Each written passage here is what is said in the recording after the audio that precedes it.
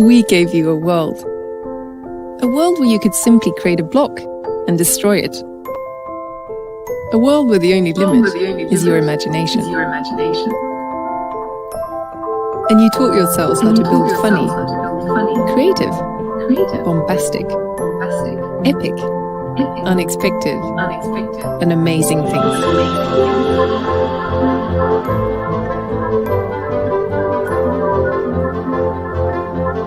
And you took it even further into the world of education. So the question is, can Minecraft help us to understand mathematics, history, how to communicate, collaborate to solve problems, and much, much more? You've shown us it can. The first steps have been taken, and now we invite you to show us how Minecraft inspires you to change the way we learn. Okay, good morning once again. So we welcome you again for another exciting webinar series from Felta Multimedia Incorporated. And today we will be discussing about the fourth series, no, that the pang-apat na series po natin with teaching tools, which is today we will be presenting to you creating worlds of wonders through Minecraft education. So I know na marami pong naghihintay ngayon para po sa karagdagang kaalaman na ihahatid po sa inyo ng ating speaker for this morning. And of course, no, this will not be possible without Felta Multimedia Incorporated. So magandang umagang muli sa ating mga kaguruan mula sa Luzon, Visayas at Mindanao. Ito po si Wilbert Benson ng Power INC na bumabati po sa inyo at nananalangin na tayo pong lahat ay safe sa ating pong mga tahanan. So before we start with our program this morning, we have Pastor Sunny Medina from Jesus the Bread of Life to give us the prayer and a short message. Good morning, Pastor Sunny. Good morning, Chairman Wax. Thank you very much once again. At ako po ay nabigyan muli ng pagkakataon upang tayo po ay manalangin. Well, ang pag-aaralan po natin ngayon is very, very interesting. Creating World of Wonders through Minecraft Education. And our resource speaker is Ms. Rochelle Fajardo and Ms. Jennylou Pangilinan. Sila po ang katuwang. And also ang moderator po natin is si Chairman Wax Benson. And also, of course, with the help of Ma'am Maylene Aviva of Felta. Wow. We are so thankful and grateful sapagkat meron pong ganitong mga programa, webinars na siyang nagbibigay ng tulong po sa ating lahat. Indeed, it creates wonders sa ating pong mga buhay. So I remember the passage in the Bible in Psalms chapter 15 verse 11. It says, "Who is like you, O Lord, among the gods? Who is like you, majestic in holiness, awesome in glorious deeds, doing wonders?" Opo, our God is doing wonders every day in our life. Kamangha-mangha ang ating Diyos sa lahat ng kanyang ginagawa sa ating mga buhay. And yes, He never fails. Kahit po nasa gitna tayo ng krisis ngayon, ay patuloy pa rin siyang nagbibigay sa atin ng mga kamangha-manghang bagay. Pagising natin sa umaga, malakas tayo. At pagising natin sa umaga, ay mayroong mga pagkakataon pa tayo na mabuhay at magkaroon pa tayo ng magawa pa natin ng ating mga pangarap.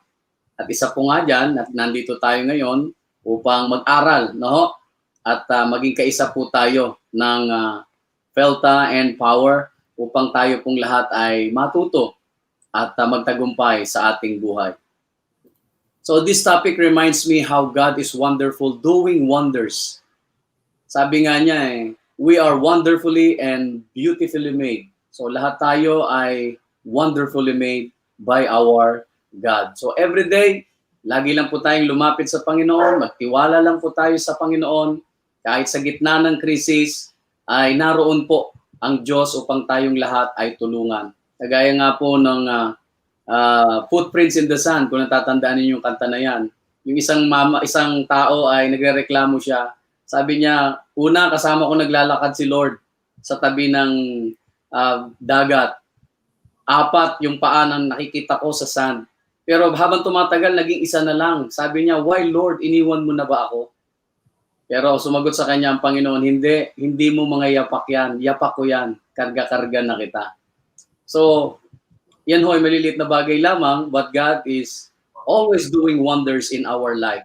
Kaya patuloy tayong magtiwala sa Panginoon. Ang Diyos po natin, He is an awesome God, glorious indeed, doing wonders every day. Okay, let's pray.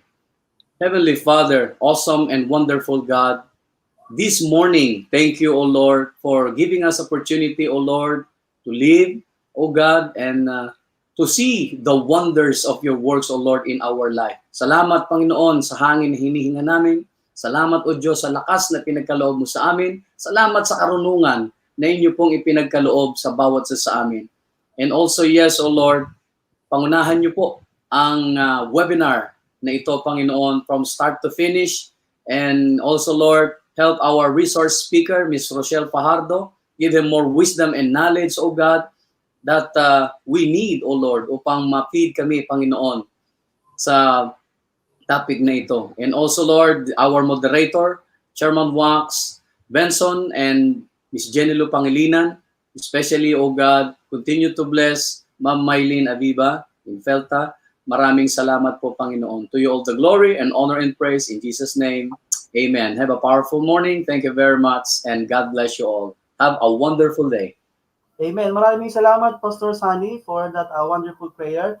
And of course, we would like to inform our teachers that today we will be launching also the Felta channel. So we would like to invite you to visit Felta channel sa YouTube para po mag-view po natin lahat po ng mga activities na ginagawa po ng Felta and Power. And of course, now we also have our educational partner, Ms. Mylene Abiba. Magandang umaga, Ma'am Mylene. And to Jennylou Pangilinan-Riel ng STEMified. So yan po yung ating mga partner for all the expertise na i-share po natin with our teachers nationwide and abroad. Magandang umaga po sa inyong lahat. Ma'am Mylene. Powerful morning. Yes, Thank you, Pastor Sunny. Thank you so much for your prayers. Wonderful indeed. Yes. So that is Ma'am Mylene. Okay, Ma'am Jen, anong ating mga preparation for today? Hello, good morning po ulit sa ating mga ka-powerful people. So, ang preparations natin ngayon madami kasi we will learn more about Minecraft, and we will look into how does gamifying the classroom works. Para po masagot natin ang ating mga questions and comments, kindly enable StreamYard sa inyong Facebook. Kasi po ang nalabas lang po sa amin ay Facebook user. So we would like you to address you by person, para po mas ma-direct namin yung mga sagot sa inyong mga tanong. And then this is the fourth, no, sir? Ito yung break na dapat break, hindi na tuloy na break kasi ayaw natin mag-break. So we will be having one more next week with Intel po. So, dire-diretso yung ating ito yung ating educator series, nakarugtong nung first series natin. Yes. Ayan. So talagang ang Felta ay hindi titigil na tumulong para po sa ating mga kaguruan to share all the expertise ng kanila pong training para po sa ating mga teachers here and abroad. So maraming salamat po. Okay, so hindi na po natin patatagalin ang ating pong program. I think we have to introduce our speaker muna. Yes, Ma'am Mylene. Yes. All right. Well, we're fortunate to have with us one of our best Minecraft education master teacher. She is Rochelle Fajardo, and she will give us the journey of how to create wonderful worlds. Wonderful worlds. Naku, tongue twister yan. Wonderful worlds using Minecraft education. And then we will also have a student conduct a demonstration and how the Minecraft education has helped her learn more about computer science, mathematics, and language arts, and social studies using Minecraft education. So, ladies and gentlemen, please welcome Miss Teacher Rochelle Fajardo. Hello, good morning. Hi, good Rochelle. morning. Yeah, powerful morning to everyone. Powerful morning. So, Ma'am Rochelle, you have the floor now. All right, thank you so much for that introduction, Ma'am Maylene, Abiva, and Sir Wax, of course. I am very fortunate uh, to be here at Power and share with you the things that we are experiencing and having, not just in our learning center. And we would really love to share it to all of you, especially for the teachers and for the parents as well. Okay, so to introduce you myself, once again, I am Miss Rochelle Fajardo. I am one of I Create Cafe Manila's trainers and Minecraft Education Edition trainer as well, and one of the robotics, the Lego Education Robotics trainer from Felta Multimedia Inc. So let's start with oh there. Okay. Can you see my screen now, Sir Wax? Is it visible now po? Yes. Okay. Right. So together with me is Sir Jovin Cinco. He will be our Minecraft Education Edition software moderator for today. So let's start. So we will be starting with giving you or letting you know what is Minecraft. So for us, Minecraft, of course, it's a game. But for mostly of our parents, it's their enemies. Okay, because uh one of the problems that our Minecraft students are facing before they started enrolling in our learning center is this game, which is what we call Minecraft.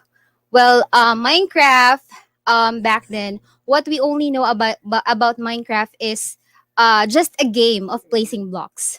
So most of the parents thought that Minecraft game is just a waste of time, especially for their kids, for their childrens. Now, Minecraft, for those who doesn't have any idea what Minecraft is, it is a game about placing blocks and going on adventures. So kung mapapansin niyo yung mga kids natin, yung mga anak po ninyo na naglalaro ng Minecraft, it seems that they are in a different world because they're actually going into an adventure. It set them into infinite worlds of wide, of open terrain.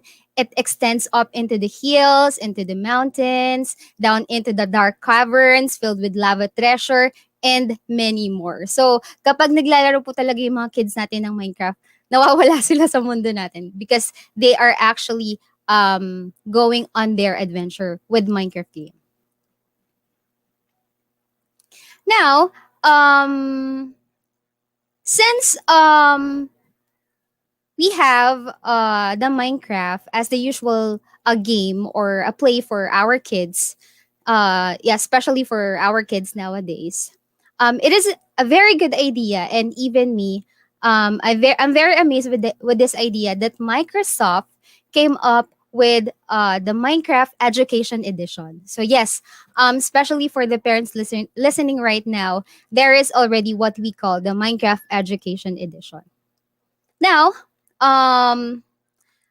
Minecraft Education Edition is an open world game that promotes creativity, collaboration, and open and problem solving in an immersive environment where the only limit is your imagination.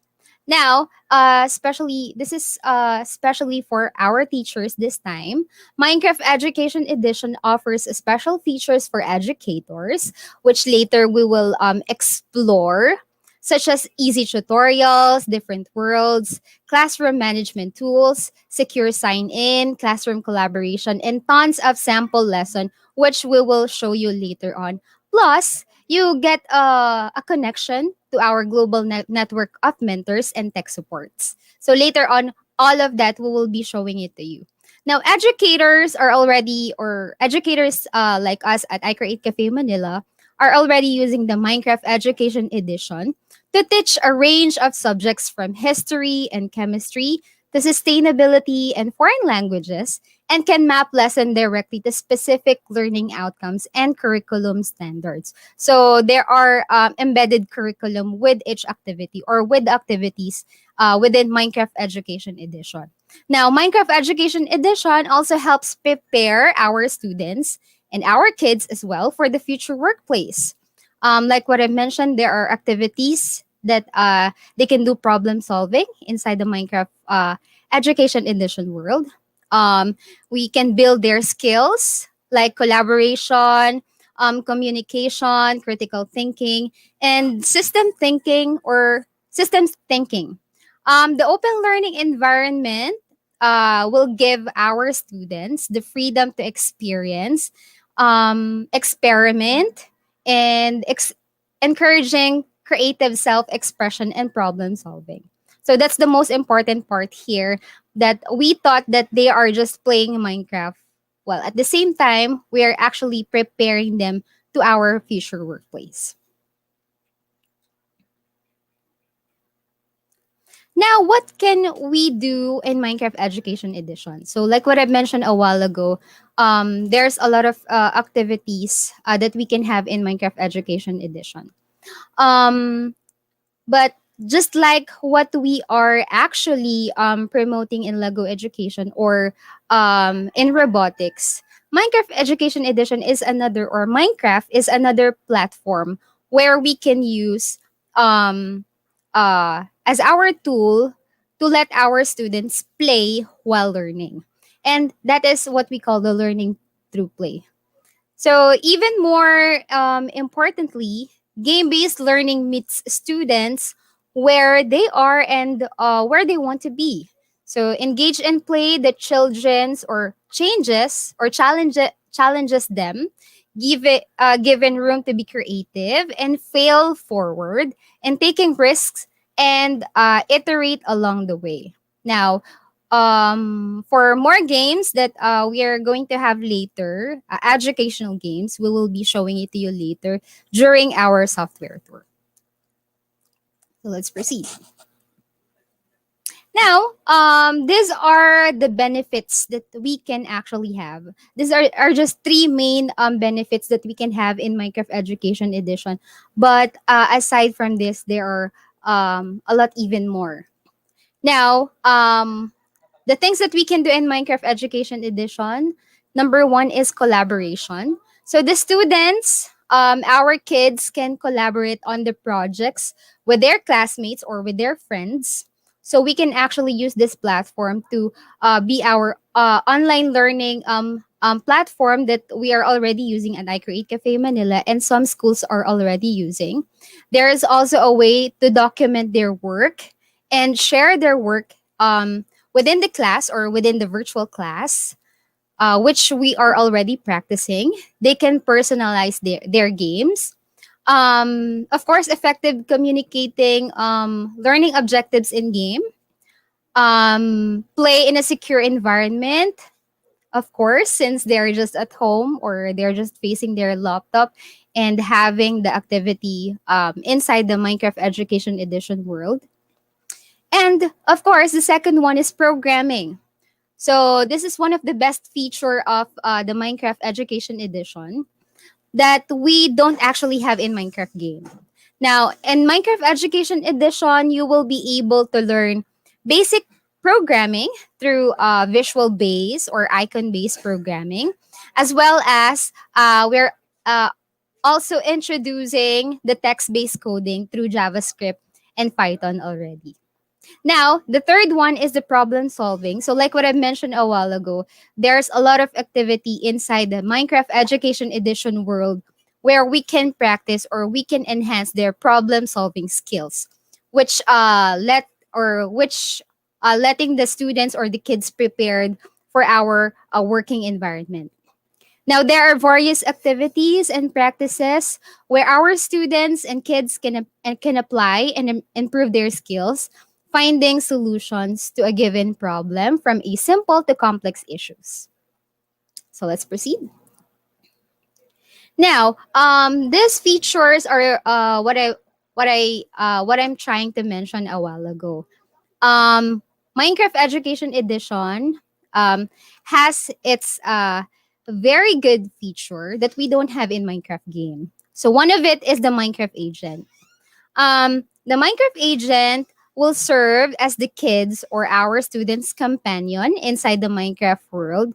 So dito maaalis natin yung worries as a parent as teachers na ang gagawin lang ng bata sa loob ng Minecraft ay maglaro, mag-place ng blocks, mag-dig, etc. Like the usual thing that they do with Minecraft. But with the Minecraft Education Edition, we have this Minecraft agent where um, it will serve as the companion. It is programmable.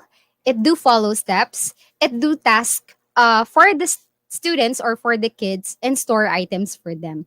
So, hindi na sila basta nagko-control lang using their fingers, using their mouse, but they're actually trying to think what should be the movement of their Minecraft agent. So just like in robotics, the Minecraft agent serves as their robot or personal robot inside the Minecraft Education Edition world.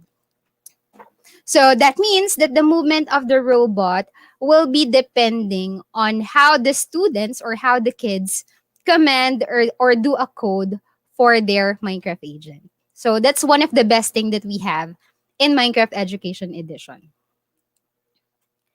So like what I mentioned, it can store item for the kids and for the students, wherein ang pinaka-worries kasi natin as teachers and as parents, wala naman sila masyadong napapala sa Minecraft kasi para lang silang naglalakad-lakad, naghahanap ng kung ano-ano. But using this Minecraft agent, we let them think what are the steps that they need to command their robot using coding or using basic programming. So the feature of the Minecraft agent comes with what we call the Microsoft Make Code Builder. So this is the coding that I keep mentioning. So this Minecraft Education Edition Code Builder allows you or allows our students to explore, create, and play an immersive Minecraft world all by writing codes. So hindi na po sila basta lang nagko-control or they're not just going into an open world. But yes, they are or they have to do coding or simple programming. Now, as well as Minecraft Agent Code Builder itself, is the one of the feature that we have in Minecraft Education Edition that we don't have in Minecraft game. So this is a big difference of Minecraft game and Minecraft Education Edition. Now, Code Connection is the feature that allows our students to learn coding in Minecraft using tools including code.org, Tinker, Scratch, and of course, the one that we are using that comes with the Microsoft software or Minecraft software is the Microsoft Make Code. So I highly recommend this one because it's very easy, it's kid-friendly, all of it. But this one comes together with the Minecraft software already. Now, our students can use blocks or JavaScript, what you can see on my screen right now, to build and create in Minecraft. Now, Minecraft Hour of Code also offers a free 1-hour introduction to coding basics. Many students are already accustomed to Minecraft works normally. Now, the prosper using code to automate tedious tasks such as mining, so chopping trees, and using the Minecraft player. So all of it will be done through coding, like the example that you can see on my screen right now. Now, on my screen is the code builder example with the blocks view and the JavaScript view. So like what I mentioned, for the beginners, we have the blocks-based programming, which the example that you can see on the left side of our screen right now. And the JavaScript, which the one you can see on the right screen right now. Now, this screen is illustrating us two same codes in two different languages. Now, for those who didn't know, when we say language in programming, language refers to the software we are using to code. Like, for example, block-based or visual based, or a text based coding, like what you can see on my screen right now. Now, this feature is especially for our teachers, for our dear teachers who would love to explore Minecraft Education Edition. So, this is what we call the Minecraft Education Edition Remote Learning Kit, where it offers free remote learning kit, free lessons rather, online teacher training, creative remote learning projects from Minecraft Education Edition. And it also includes a guide to getting started with Minecraft, STEM curriculum, and project based learning activities so that our educators can use the platform to deliver assignments and keep our students engaged, which later on we will be showing you how to get access to this website, which is what we call the Minecraft Education Edition website.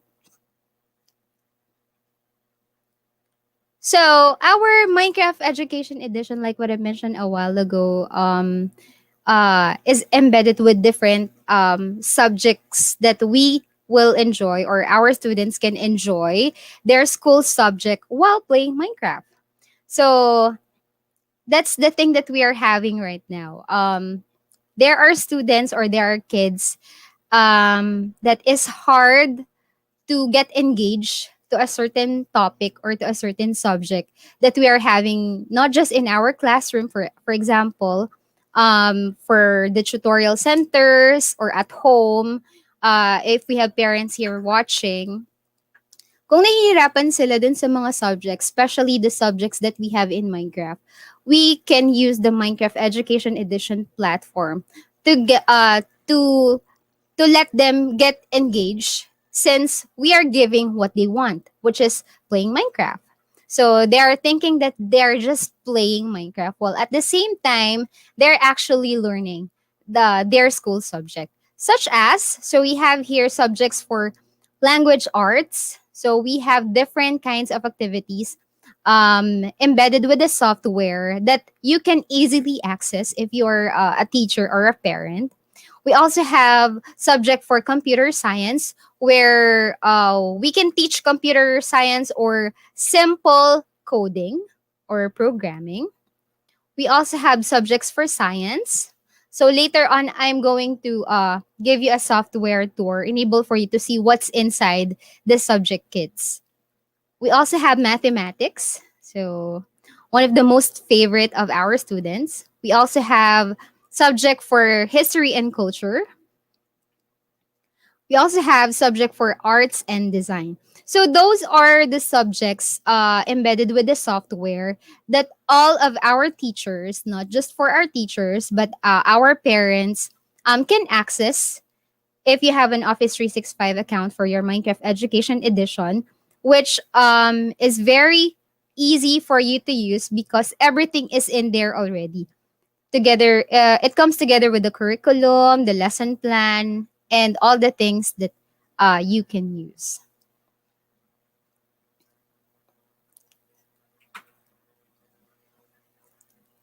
All right, so okay, let's go back to the previous slide, please. All right, so now this is one of the best tool as well that we have used at I Create Cafe Manila, a learning center, since we are facing this kind of situation right now, which is the pandemic. So the students, especially the kids, are not allowed to go outside. So we have this what we call the social emotional learning with Minecraft, where teachers are seeking tools for students' well-being. So this is a very effective tool that we can use for the teachers. Um, so Minecraft engage our students through project-based learning and builds key skills such as creativity, communication, and problem solving to prepare for the future workplace. Where all you need to do is to access to the software. You don't even need to go outside. All you need to have is your computer, your laptop, and of course, the software itself. Now, this also prepares our students for the future workplace, like what I keep mentioning a while ago, and also the Minecraft learning to real life outcomes. So there are real life outcome activity that our students and kids as well as our teacher will enjoy inside the Minecraft Education Edition world. All right. So I guess that will be all for now. So right now, we'll be giving you a short tour to the Minecraft Education Edition software.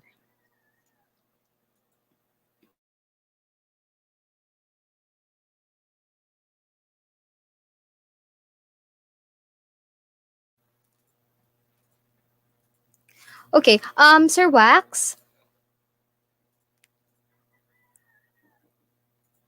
Okay, Sir Wax, while we are preparing the software for our teachers and our parents to see, enable for them to have an instruction to access the software. I would love our viewers, especially the teachers, to see our slideshow video of our Minecraft Education Edition workshop first for them to see that it is really possible. So we have been doing Minecraft Education Edition workshop years ago already. So we've been doing it from an actual workshop until this time that we are facing this pandemic. We are still doing the Minecraft Education Edition workshop virtually.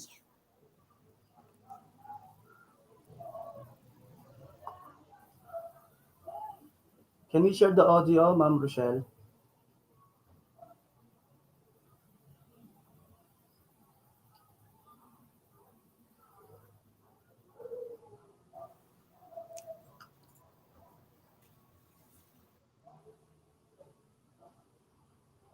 So while we're waiting, we encourage po our teachers who participated this webinar series. You can go to Felta channel, so YouTube, and like and share, and then subscribe. Okay? Yes, meron din ditong comments. Let's read them while we're waiting, no? So, may mga guest tayo, medyo mag-shoutout tayo content. Siguro 2 months na tayong hindi nagsha-shoutout, Sir Max. Kasi ang daming oras. Walang masyadong oras pala. Si Ma'am Eds, forever na natin kasama yan eh. Kaya yung iba po, naka-Facebook user, hindi po namin kayo na ma-mention. And nandito po si Doc Gideon Villegas Roberts. Yan. And, saan pa? Ang sabi dito ay si Ma'am Jacqueline H.M. Diaz. Pakipin mo nga to, sir. My 2 boys like Minecraft so much, and that's why I'm watching this webinar to better understand them and perhaps teach them to use the game for educational purposes. Yun po talaga ang objective namin. Kasi some parents are thinking that the kids are engaging into games like forever games lang. I actually encourage some parents to let them play because some of them we don't know who are going to be game designers or game critics in the future. Mahal ang sweldo sa paglalaro ng game. So, sabi ko nga, it's an investment. But, ang key po doon is how to limit the time they spend siguro. Mamay, di ba?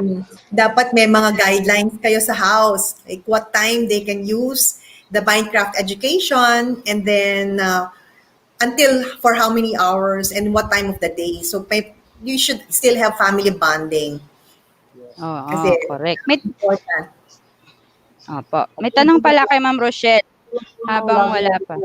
Sa ating mga parents, since one of the option po for continuous learning is yung online distance learning. So we encourage our parents to guide our students, our learners, para hindi naman sila masyadong exposed sa internet. Kasi alam po natin kung ano po yung mga possible na pwede mangyari with online. Okay? So, yeah.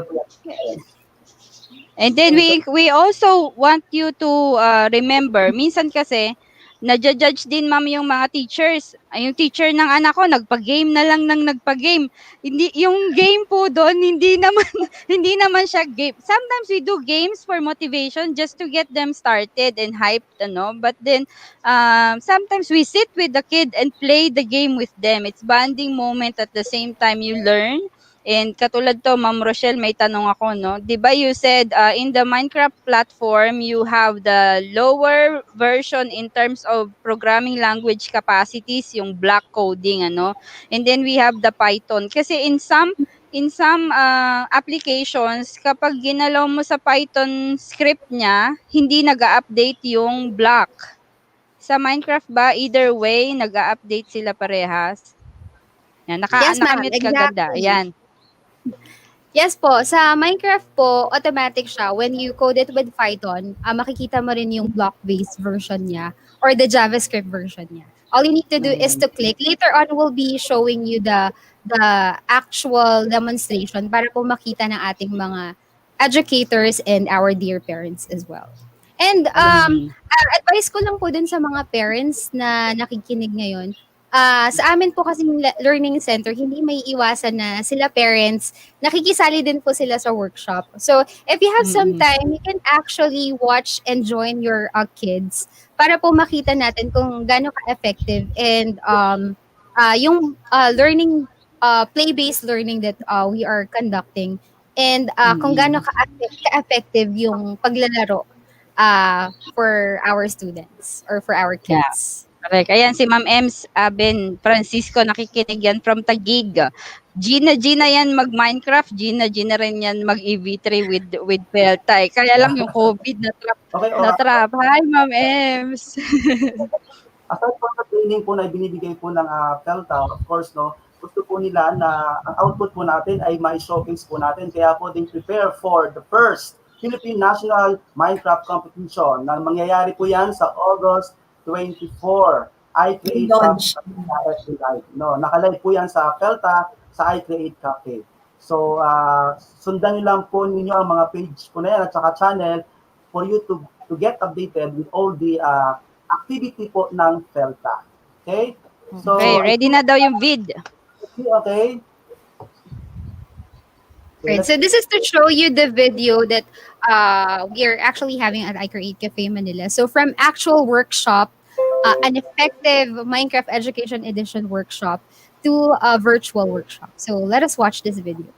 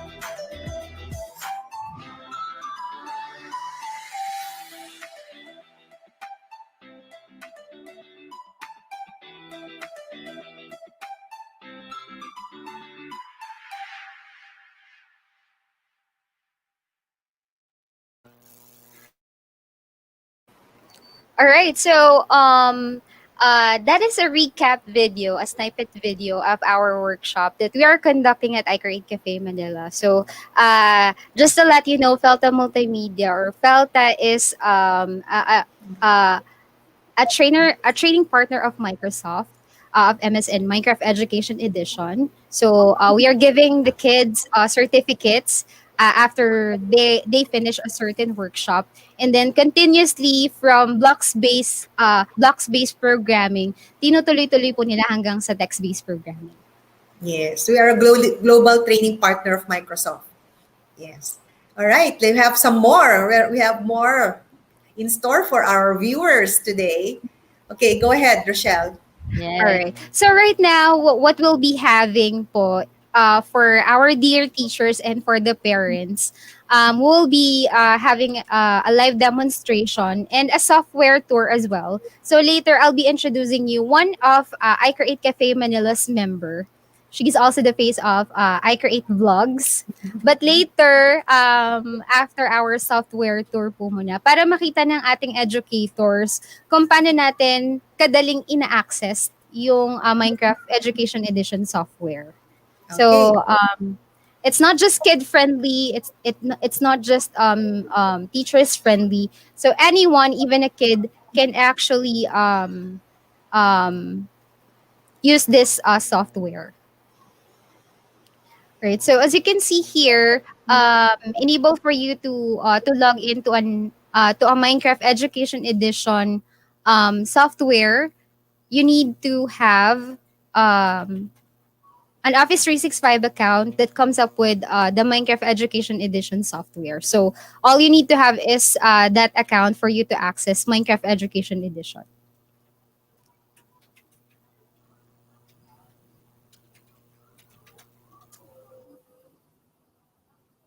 So kung nakita niyo po yung video kanina from the actual workshop that we are conducting at iCreate Cafe, most of our kids at first when they started the Minecraft Education Edition workshop, they don't actually have any knowledge or they have zero knowledge in programming or in coding. So they started from the scratch from blocks-based programming until they learn how to code to text-based or basic text-based programming, the introduction of text-based programming. And then after that, they get into programming already, and they also tried out robotics.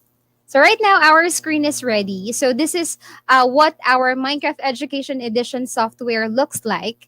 So it's very kid-friendly. As you can see, there is a character at the right side on our screen where our kids can play with it.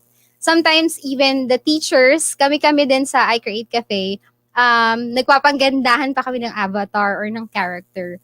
Which is, in that way, that means that if us adults are getting engaged to the activity, what more pa for our students, for our kids who are into playing Minecraft. So let's go give them a tour inside the Minecraft Education Edition world. So let's go inside the play. So here, as you can see, we have different kinds of option enable for us to go inside the Minecraft Education Edition software or each world. So we have here the View My Worlds, wherein this is specially for our teachers. If you don't like saving files, if you are sometimes nakakalimot tayo kung saan natin nailagay yung mga files or yung mga projects ng mga students natin. All of the projects that they have done will automatically store here in the View My Worlds screen. So let's try to open it. So these are the activities that we've done already. So automatically masasave po yung mga activities ng mga students or our kids inside the View My World option. So here in the View Library option, this is where we get access to the subject kits. So we have here the lessons, monthly build challenge, biomes and worlds, and how to play. So there is also a tutorial that is specially made for beginners or for those who doesn't have any idea what or how Minecraft works. So us or me, when I started, I don't have any idea how Minecraft works po. I don't actually play Minecraft. And this how to play option helps me a lot to learn more about Minecraft, especially the Minecraft Education Edition. Now, let us go inside the lessons so that our teachers will know where they go, especially for the subjects chosen from them. And if they wanted to explore other subjects as well, using the Minecraft Education Edition platform. So here we have here the embedded subject for science, math, computer science, language art, history and culture, and arts and design. And like what I mentioned a while ago, we have this my Minecraft Education Edition website where all Minecraft education educators meets and share their lessons to each one. So all of us will have an access. So if you have your own idea, you can send and pass your own lesson. Tapos lahat po yun, pwede nating i-access lahat. So let's try out the computer science since at our learning center, what we are actually offering is a code builder tutorial. So ito po yung mga sample activities which kapag inopen po natin, let's try for example the hour of code activity. So here, let's try the hour of code AI for good. So this AI for good activity is one of my favorite because this is teaching even our youngest kids or younger kids to learn about artificial intelligence using Minecraft and using the Minecraft agent. So as you can see here, the description is ready, the world is ready, the lesson plan is ready, the share link is ready. So all you need to do is to get an access, share it to your students, open the lesson plan, and Viola, you're ready to start. So let's try to open the lesson plan so that this will serve as the guide for our teachers. Where should they go? And this is what we are trying to say a while ago, which is what we call the Minecraft Education Edition website. So here in the website, we have here different options for you to explore the website. So we have the how it works option. We have the classroom resources. So everything you need as a teacher is there or as a parent. So you don't need to be a teacher actually kasi lahat po ng instruction, lahat ng guide nandito na. So if you're a parent and you wanted to teach your kids at home, pwede po. You can have an access to the Minecraft Education Edition website. So we have here, for example, let's try to open the lessons, find lessons, teacher job. Okay, so here are the different subject kits, and you can also search for lessons that, for example, you prepare to teach your students or your kids. So let's try to search for the 3D fraction activity. So this is just to show you that everything you need for you to have the Minecraft Education Edition activity is here. So it's a worry-less activity that we can have or we could share with our kids and students.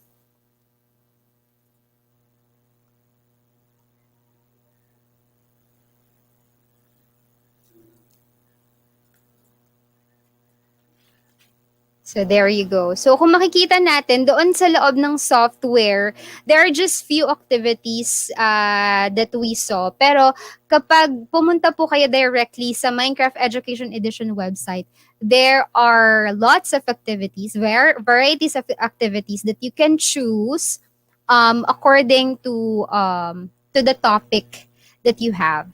So let's try to zoom it in, teacher job, so the teachers will see how it looks like. So meron po tayo ditong age range, kung anong subject siya embedded. So here. So let's try to open one activity. So this is for mathematics for 8 to 10 years old students or kids. So once we open and view the lesson, ayan. So all the resources, all the things that you need for you to teach a Minecraft Education Edition is already here. From learning objectives to guiding ideas, to the world file, to the supporting file, to your PPT, to your lesson plan, everything is here. So that's how accessible Minecraft Education Edition is. All right. So I think that is helpful enough for our teachers. And if you want, you can um, go to the Minecraft Education Edition website and explore it yourself. So that marami pa tayong ibang makikita na you might be more interested at inside the website. So right now, since what we are trying to highlight here is the good feature or the best feature of Minecraft Education Edition, we will be having a live demonstration of coding. So ipapakita namin kung gaano kadali gawin yung coding with Minecraft Education Edition with the help of I Create Cafe member. She is only 9 years old. So she is if you are watching I Create Cafe vlogs, if you're watching I Create Cafe vlogs, she is the face of I Create Cafe vlogs. So if you haven't watched and subscribed yet, you can subscribe to our official YouTube channel, which is I Create Cafe Manila. Doon makakakita kayo ng iba't ibang tutorials and iba't ibang activities that we are offering at I Create Cafe Manila. Everything that is in there is educational, is kid friendly. Like what I mentioned, ang face ng I Create Cafe vlogs is only 9 years old. So makikita ng mga parents and the teachers how kid friendly our activities are. So let's all welcome Sophia Celine.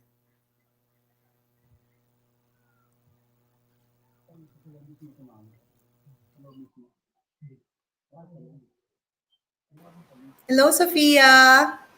Morning. Morning. Hello. Yan na yung batang keychain. Can I take you home? I love her headphones. Okay, go ahead, Iha. Go ahead. Good morning, everyone. My name is Sophia Avan, Create Cafe Manila's member and the face of Create Cafe blog. Right now, I'm going to show you how we are using coding. How are we using coding with our Minecraft Education Edition activities at Create Cafe Manila with Microsoft Make Code Builder? Let me show you the Code Builder tutorial. So let's go to View My World, View Library, How to Play, and oh no, let's just let's go to How to Play, Additional Tutorials, and then Code Builder Tutorial. Let's go to Create World. This activity from Minecraft Education Edition workshop is one of my favorites because this is where we learn coding.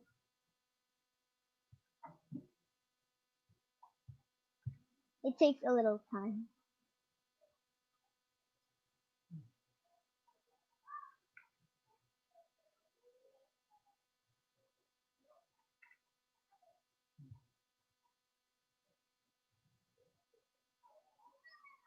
Okay.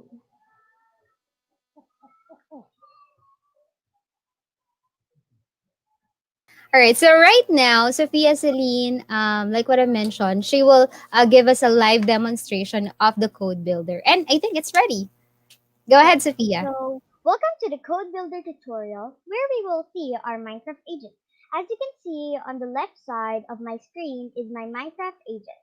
On the right side is an NPC or a non-player character which will serve as our guide through the Minecraft world that will give us instructions. Now let me show you the challenge outside. Okay. So right here we got here challenge 1. So I'm gonna open my code to show you my codes for the challenges. Okay, so we're gonna start in challenge 1.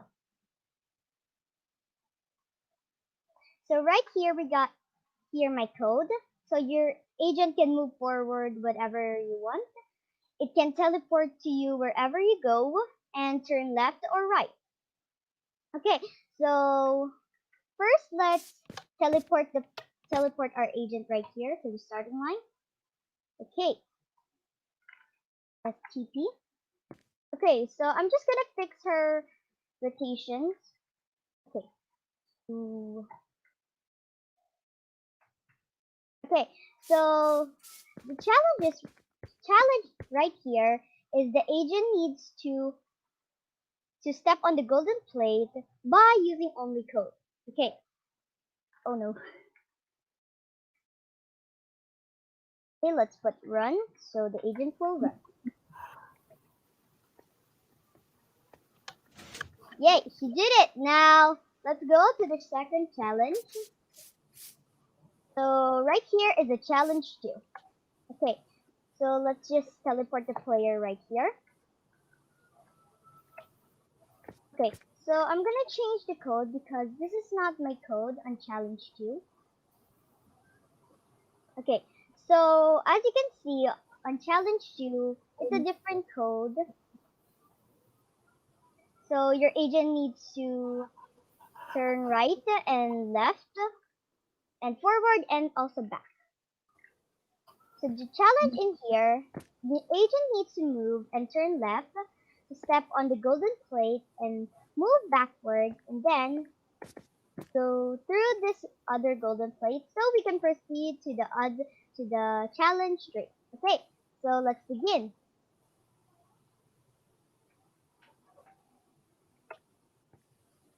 Oh, that's a great one. Okay.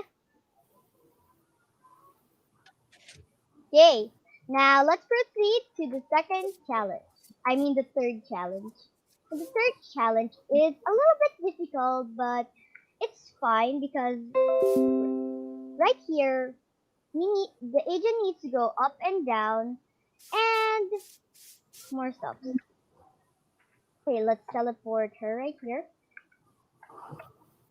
Okay. Stop facing the right. The right. Okay, there. Okay, so let's run. Oh no.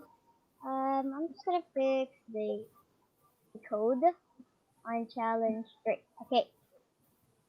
So as you can see right here, it's long because it's a little bit difficult, but as but we can do it. Okay. So let's go. Ooh, that's great. Going up. Perfect. Okay. Great job, agent. Okay. So before when I started the Minecraft Education Edition, I only have a few knowledge about coding. But with the help of this activity, I learned a lot of coding. The importance of this tutorial is for us to learn the basic steps of coding. Just like me, I even built a whole town all done by coding. I learned, and right now I am part of I Create Cafe's junior coach and currently teaching my fellow members Minecraft Education Edition. So for the kids out there who would like to play Minecraft while learning how to code, this activity is perfect for you. That's all. Hope you learned something. Thank you. Wow! Ang galing-galing naman ng Sophia. Sabi ko sa'yo, Sir Wax, papalitan ka na ni Sophia. Napaka-cute ng keychain na yan. Kuuwi talaga yan. Alright. That we ask permission from her parents not to Yes. We ask permission. Can we have a group photo with Sophia before we move on? Okay, ayan, Sophia. Look at us there. Okay.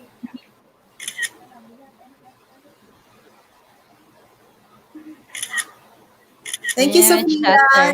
Thank you. So if Thank it's you. not clear what Sophia said a while ago, right now, Sophia Celine, as I Create Cafe member, we are training this what we call I Create Cafe junior coach, and she is the pioneer, and we are training her to teach her fellow I Create Cafe members. So congratulations and thank you, Sophia. Thank you, Sophia. Thank you, Sophia. May tanong po tayo. May tanong. Kasi yung nag-demo si Sophia, no, may question po tayo. Paano daw po ma-download yung Minecraft? And then nung nung ida-download na daw po nila, may bayad daw po yung ano, yung pag-download. So, paano po ba yon? Oo nga, may bayad talaga yung pag-download. Kasi, ano ba yun? Kailangan may special edition A3 ba? Ma'am, can you tell them more about the A3 version? Yes, yeah. The free license that you see is the A1 version, which includes the usual features of Microsoft. However, the A3 version, meron na siyang bayad kasi it includes the Minecraft education with the code builder. So if you want more information about the A3 version, you have to send us an email or I create Yes. Cafe Manila. Yeah. Yeah. And then ang question dun, ma'am, is I know DepEd has the Office 365. Is it included in the Office No. 365 issued? Okay po. Just Teacher making it Rochelle, clear. Actually, Uh, they have Minecraft education, but it's not the A3. the A3, iba yung ano niya, Wala siyang content. code. Oo. Walang code builder. Yung ano niya is similar lang dun sa, so for those who wants to start and have it piloted sa kanilang schools, just to gather data, they do, like sinabi ni Miss Rochelle kanina, they do have it with code.org, but that's just there's an offline version there too, pero very limited, unlike in the lessons that Miss Rochelle showed you, kasi 'di ba ilang subjects yon, ma'am, parang 8 yata ba yun, or 6 or something like that. So it's different. Yeah. It's more complex if you take the A3, but to get started and get the feel of it, if you feel like you have the capacity and the students have the kasi online no. So wala siyang offline version na yung super offline. We want to be using the tools that are compatible with your current location and setup. So if you want to know more, we flashed the link on our banner. Kindly go and check it out. If you want to ask more, you can ask Teacher Rochelle with iCreate and Miss Mai with Felta. And Sophia, watch her in YouTube. Ano na ako niyan, stalker ako ni Sophia. So, ayan. Papalitan ka na niyan, Sir Wax. Mag-ingat-ingat ka. Congratulations, Sophia. Okay, so before we proceed with the continuation of our webinar, so I'll be showing to you a video about Minecraft education. Minecraft is changing the way people learn already. It's already having a major effect. I've described it this weekend as an awakening. I was truly learning with and from my students. These teachers see the excitement with the students, the level of engagement. I think it makes them realize that this is what I got into teaching for. If the kids are so incredibly passionate about this game, there's obviously value in it to them. It's not that it helps kids learn different. They've been learning that way. They've been learning through gaming. It helps us see the way that they learn different. And I think that is the biggest game changer. Minecraft is the one tool I found where the collaboration is incredible. There's a lot of potential where we have students and teachers can come into the same space and interact together. Hey, wait, is this part right here, this part right here? When we give them the license and just give them the challenge, we want you to do project X, Y, or Z. Teach us what you know about biomes. Show us a sustainable build. Show us what you know about volume. They're very comfortable in that environment, and it's really powerful to watch that happen. I've never seen a more empowering tool for kids to use to create. The students have a lot of ownership. They have a lot of autonomy, a lot of agency in that space. You talk about the same experiences that computer programming gives, where you're allowed to fail and you're allowed to do things. Minecraft provides that same experience. My favorite line is build a house, and the magic happens when you do that. To walk into the world that a child has created and to see their excitement, to watch their eyes light up. It is something that you honestly have to experience at least once in your life. They are able to connect what they're doing, their actions, in this seemingly play game environment, but they begin to make connections to their learning. And when they're doing that, and you're only bounded by your imagination, the sky is really the limit. It's so often, I guess, these times in education when we feel like we can't take a leap and do something that isn't planned, that isn't tested, that isn't something that fits into the confines of a textbook. But when you look at kids loving learning and learning that we didn't define, nothing speaks louder than that. My feeling is let's tap into the way kids learn. Let's embrace that and let's bring that into the classroom. And when we can do that, we've really, made something happen. The dynamic of the classroom has really changed. It's refreshing to see that kids want to be creative. Kids want to have this just clean, open slate to do whatever they can or want or dream. That doesn't happen in classrooms normally. But I think more and more Minecraft is going to be able to help people figure out a collaborative digital future that they would have never imagined otherwise.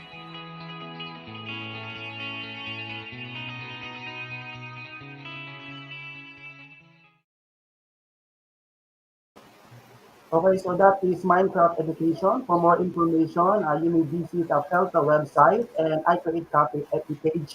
For inquiries, you email them at feltamultimediainc@gmail.com. So, congratulations, Sophia, again, no, Ma'am Rochelle. Thank you for giving us all the knowledge, no, about Minecraft Education. Na very interesting po talaga na magamit po natin mga kaguruan for their preparation on new normal of education. Okay? Teka lang, may tanong ako, wag mo munang paalisin si Miss Rochelle. Pinapalis mo na eh. Magtatanong pa tayo eh. Okay, so I have, ako gusto ko talaga siyang gawin. Yun nga, ang problema ko kasi nga, yung STEMified robotics kasi we cannot open because the kids are not allowed to go, and then we provide the internet access, and then we have the devices there, parang I create din, pero Cavite area. I like the way that the classes are set up, the teacher lessons with are collaborative, ano? Yung sabi mo, Ma'am Rochelle, ang tanong din kasi is paano siya sinishare? Is it supposed to be within the same domain? Like you have a group of teachers inside, or you can connect with other people from outside your organization? So, like what I have mentioned kanina po dun sa my presentation, we are connected to each other globally. So, it is not Okay. just here in the Philippines, not just in Asia, but we are connected globally. So, lahat po ng mga lessons ng mga teachers na gusto nilang i-share sa website ni Minecraft Education Edition can be seen within the Minecraft Education Edition website. Oo, pero pwede ba siyang gawing private, like for example, gusto ko tayo lang sa I create ang isang group. So nase-set ba siya na may private and then may public group, or diretso public agad? Yes, you can actually set it as private po. Actually, for you to create an activity, you also need to create a world. So all you need to do is to do that and link that activity or link that specific lesson to your environment. Yeah. Okay. And then yung lessons niya, when 'di ba yung sa view my world mo kanina, it's time stamped, which is good kasi that the students can be trained on meeting deadlines kasi it's time stamp. You can never go wrong sa digital footprints, no? Can we sort the data inside as per time or per student, folder, ganon? Or is it all dumped in there like a big drive? Actually, yun na po iyon. Bali, ang ginagawa namin kasi po, ang platform, ang learning platform namin is MS Teams. So, doon na kami nagsiset ng mga lessons. Doon na kami nagsiset ng timestamps and whatever we need for our activity or for our lesson. So, once you go But in it can be there... searched. Yes po. Can it be searched by, for example, Sophia will create hers and she has her file name. Can I search just Sophia's file name, ganon, and it's going to pop up? Because sometimes students will create and then they will update and we need to find it. What if I have, like, for public school teachers, they have 300 plus students, and if I will scan all 300, parang mababaliw ako kahahanap. So just for the sake of those asking, in terms of naman, kasi they also use it as performance grade, no? Sometimes. Yes, Bale, you can build a file. That's what Miss Jen is asking. So you Mm. can locate like Sophia Aban. You can find her, And yeah, and all her work in one folder. and then she can go back because it can the Minecraft education can be used as output Opo, for tama. the students to submit. Yeah, I understand. Yes, Mm-mm. that's true. And Yan. we would like to invite all our viewers and please spread the word that we are launching the first Philippine National Minecraft competition on August 24. And this will be on Facebook Live at I Create Cafe Manila and Felta Multimedia Facebook page as well. This is the community activity, but the actual submission will be September. So you have about a month to create your world. We also encourage our students to build teams because we want you to collaborate and to network. So we are building teams of 2 to 3 students per team. And however, because of the situation, if you want to join as an individual, we also have an individual category. So you can join. We have 3 age levels from 9 to 12, 13 to 15, and then we have 15 to 18 years old. So you can participate if you're in this age level. Sophia, are you joining? Are you joining this or you're going to be mentoring? Ma'am Sophia will be Okay, so yeah, so Sophia will be part of our junior committee po. all Wow. right. Since she's also teaching Minecraft to her fellow members. Sophia, are you excited to teach your students? Yes po. Yes. How many are you mentoring? I saw that you are mentoring, I think, 2 or 3 students. Teaching, yes, three, 3 students. 5. Wow. 5 students. Full load. Okay. Okay. And again, this is voluntary, ha? With the Yeah, consent of hindi. the parents. Baka Ah, sabihin with nila the, child labor. actually feeling ko si Ana walang yaya kaya kailangan isali niya na si Sofia Bigina. So Ay, ayan, cute. How cute. uh, yeah. But thank Okay, you so so much. Ayun, yung mga Mhm. kapatid, don't sumisilip. forget, Aha, sumisilip. don't forget, no? So August 24th is the launching of the Yes. first Philippine National Minecraft competition. Okay, so Yes. that is 1 o'clock to 4 p.m. Okay. Yes. Later on, let's show the registration form, the link na lang. Yeah. Okay, Rochelle. Okay. Yeah, by the way, for this very first Philippine National Minecraft competition, we just wanted to let you know that there is a twist. Okay, kasi baka po some of the teachers, some of the parents, ay Minecraft lang naman yan, kaya ng mga bata. Ngayon po, it has a twist wherein enable for you to do the activity or do the specific challenge given to you. You need to do it all done by coding. So dito matetest po natin ang kanilang coding skills. Yan. That's where you learn STEAM.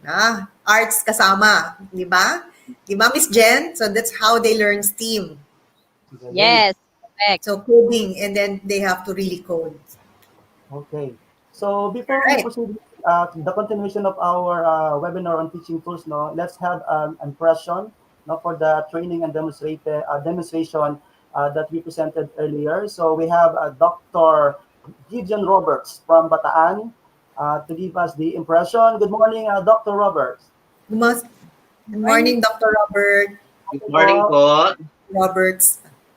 Okay, sir. Ayan, medyo nahiya po ako dun sa doctor. Hindi pa po kami Kumbaga po, papatapos pa lang po kami sa aming pag-aaral, pero hindi pa po ako talagang doctor po.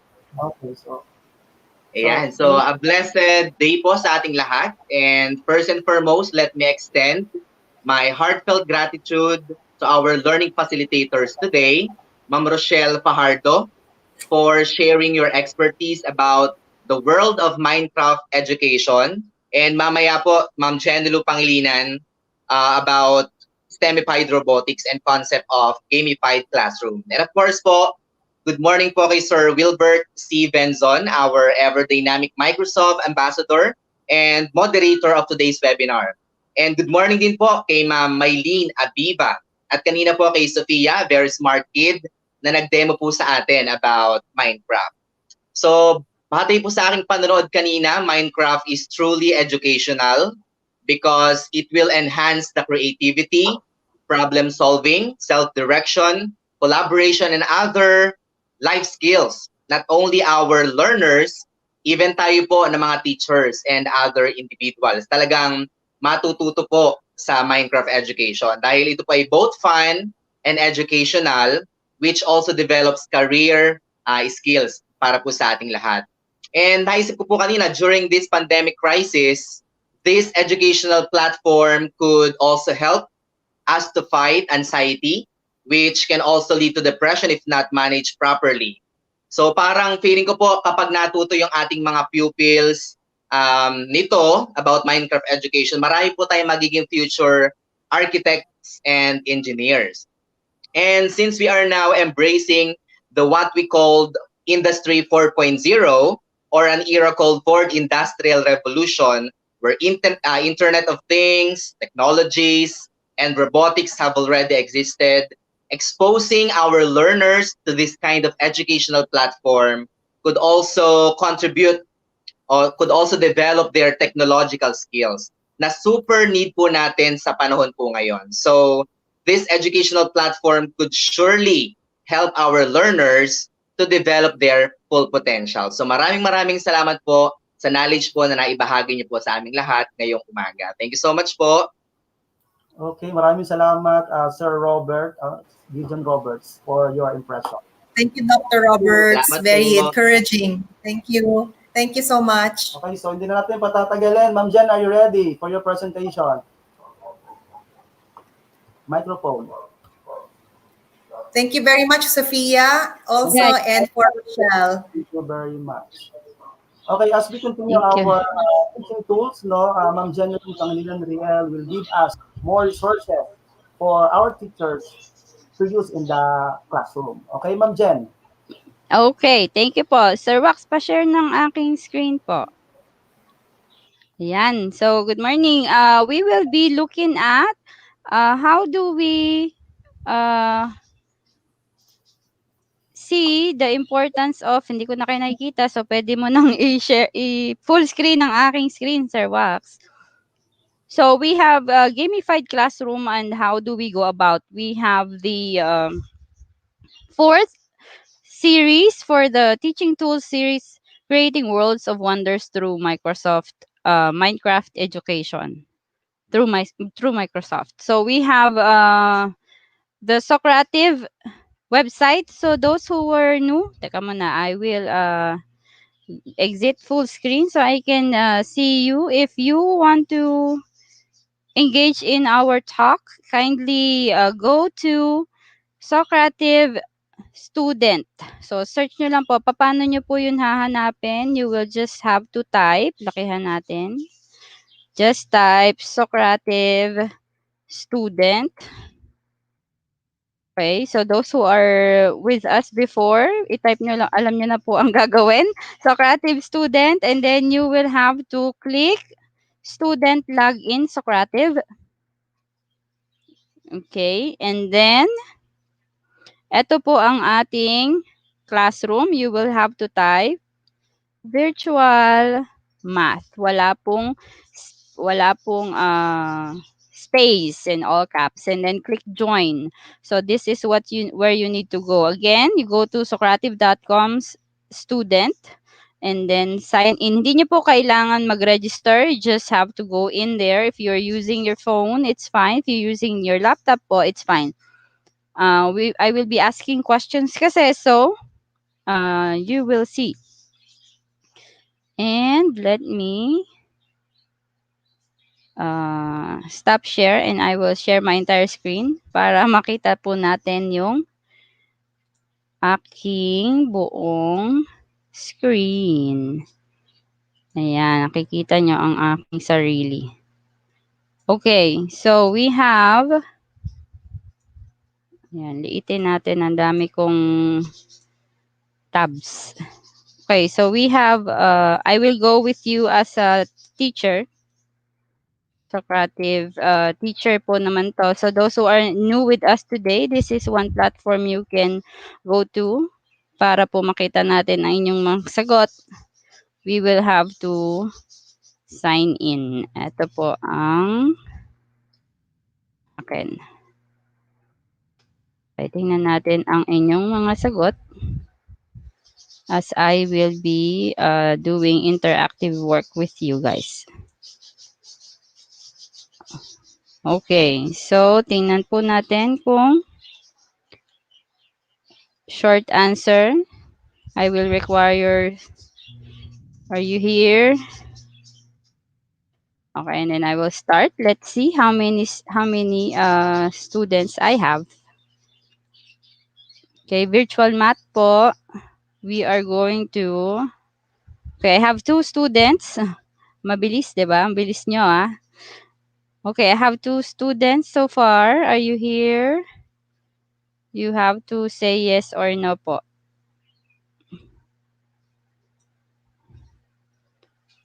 Okay. Nawala ang aking students. Okay, I have 2 students for, yes, ayan. Show names. Hi, Raven. Okay, so we are in an interactive environment. This is more like game design. I used this yesterday with my tutorial class for math. And this is good for an app, a game app that you can find online where you will ask students to participate para kayo po yung in control. Okay, so far I have, this is how you know you have 1 student, you have 2 students. Ayan, and then dapat 2 answers. So I have 2 students, 2 answers. So this is one tool when you are using a game app. Because if you go to game platforms, magkakaiba sila ng account, you cannot see their answers. Okay? Ito po yung maganda dito. Okay, tingnan natin. So I will monitor you. Di ko pala maano natin later natin tingnan.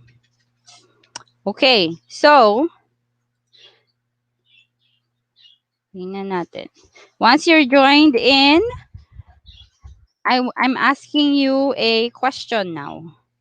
So have you ever played in the classroom? Type your most memorable experience playing educational games in the room.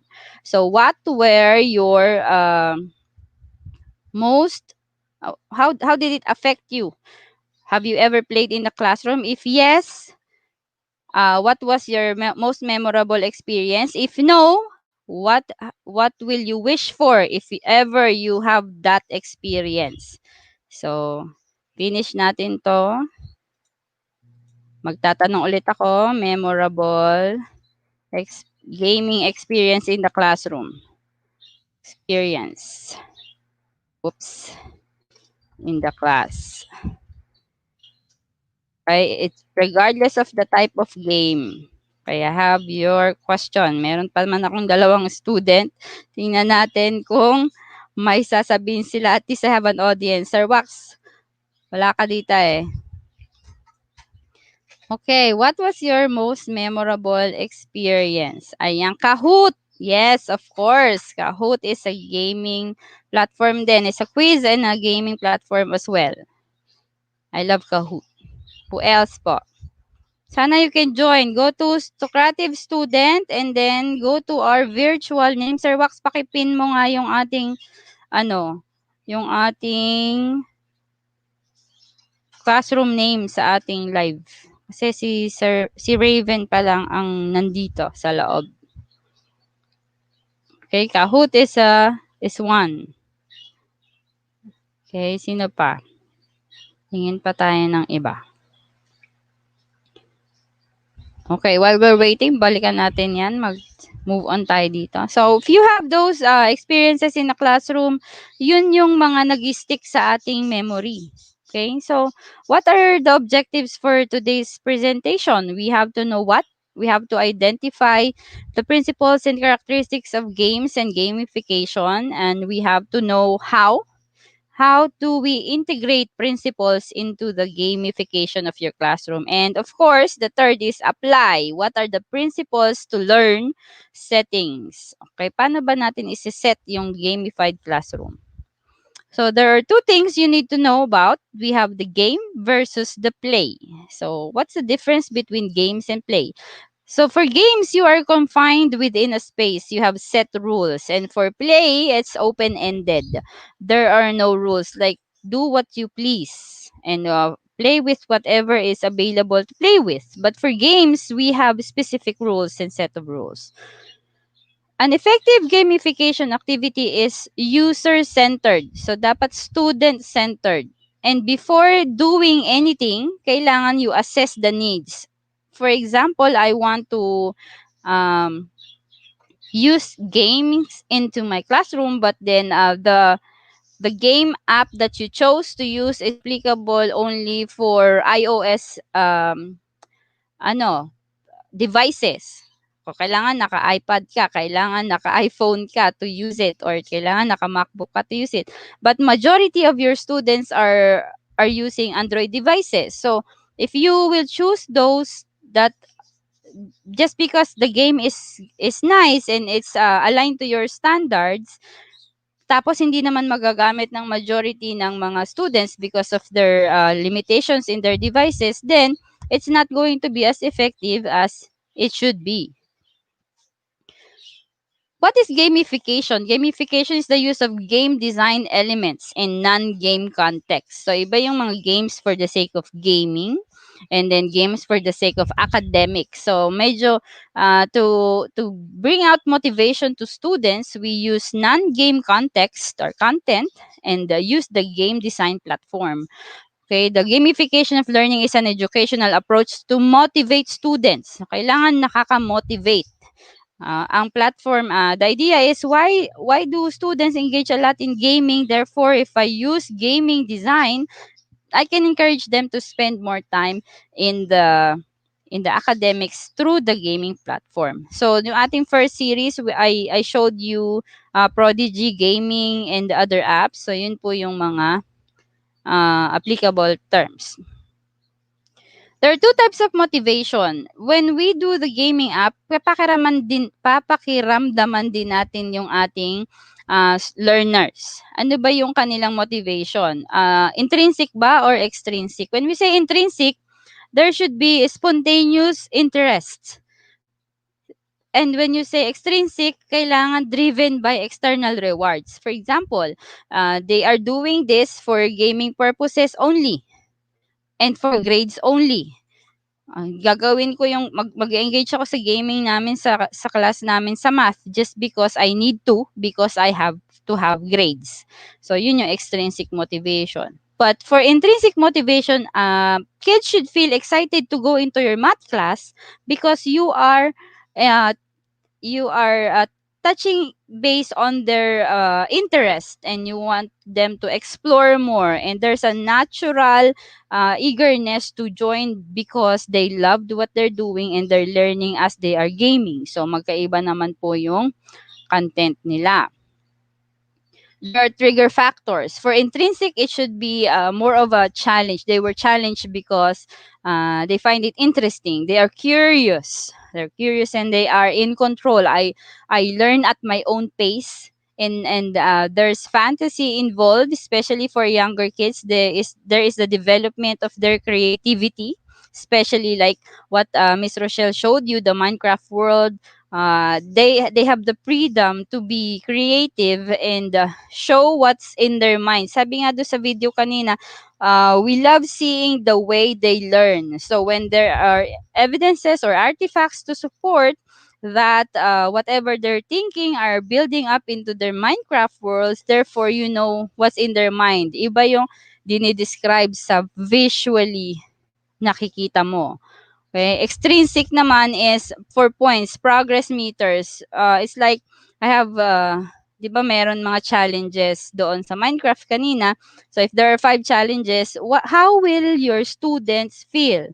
Will they feel like, "Yay, I finished all 5." O okay, yay, I'm done with 2. Or number 2 na ako, may 3 pa. high. So if that is the case, na parang they're being dragged into the situation, I think it would be better if you find a platform that keeps their interest and curiosity running. So there's leveling up, but it's more of an intrinsic way. Okay? So there are game features. How are you going to plan? So ito po ay kailangan yung kung meron kayong pipicturean sa slide, ito po siguro. So gamification is encouraging or hoping for a behavioral change. It is supposed to be engaging. It should be fun and it should be compliant with the objectives of your class. Gaming for the sake of gaming is different from gaming because there is a target learning experience. So there are four elements. We have game elements, we have the user type, we have the motivation, and we have the rewards. So lagi naman dapat may rewards. Pwede naman yung soft skill ang nagiging reward, pwede rin naman tangible items, pwede rin naman yung sense of success, sense of fulfillment. So what are the game elements that you need? You need a quest. So there should be a challenge. There should be levels of challenges to do easy, average, and difficult. Just like you're creating tests, there are easy, difficult, and easy, average, and difficult levels of the content. So, user type, you have to do variables and look into everything. There are different types of users of the app. It's especially sa ating education sector, we have the pre-LM, the LM, the middle schools, we have the high school, junior high school, senior high school, and all the way up to the university level. So ito po yung even in the organizations that are corporate, they do use game features in their um, schools. In their organizations. So if you were able to join, there was a session with, I think, with EduTech, they have the gamify your PowerPoint. So may mga PowerPoint templates and don't worry. Alam kong marami kayong trabaho as educators and this having those types of templates which are given by DepEd, and there are some that you can search online, and I will try to send it and post it on my website, my page, and the Felta page, and share it so you guys can get access where you will just change some parts and it's going to be free running. So hindi na po kayo masyadong mahihirapan. The motivation should be consistent with the ramp. Ano ba yung ramp? Relatedness? Related pa ba to sa klasiko or baka nagpapalaro na lang talaga ako? Autonomy, there's a freedom of choice. I always make sure that the students have a say in the classroom, and we are running in a democratic classroom, online or face-to-face. There should be mastery. The drill practice, especially in math, is very, very helpful. And there should be a purpose. There should be a meaning to what you do. So, kailangan po lahat yan ay makikita. There are rules. The rules are your gamification of your classroom, or the choice of the games that you are going to apply into your classroom must be consistent and clearly stated for all. Laging ibababa ang rules prior to posting it. If you are using Google Classroom, you post excited ka, you posted the links, and so the students already jumped in. There has to be norms, there has to be clearly stated rules. There are also supposed to be defined expectations. I just want to clarify, when you look at the Minecraft, especially in the hour of code, you are going to see CCSS, that's Common Core State Standards, or NGSS.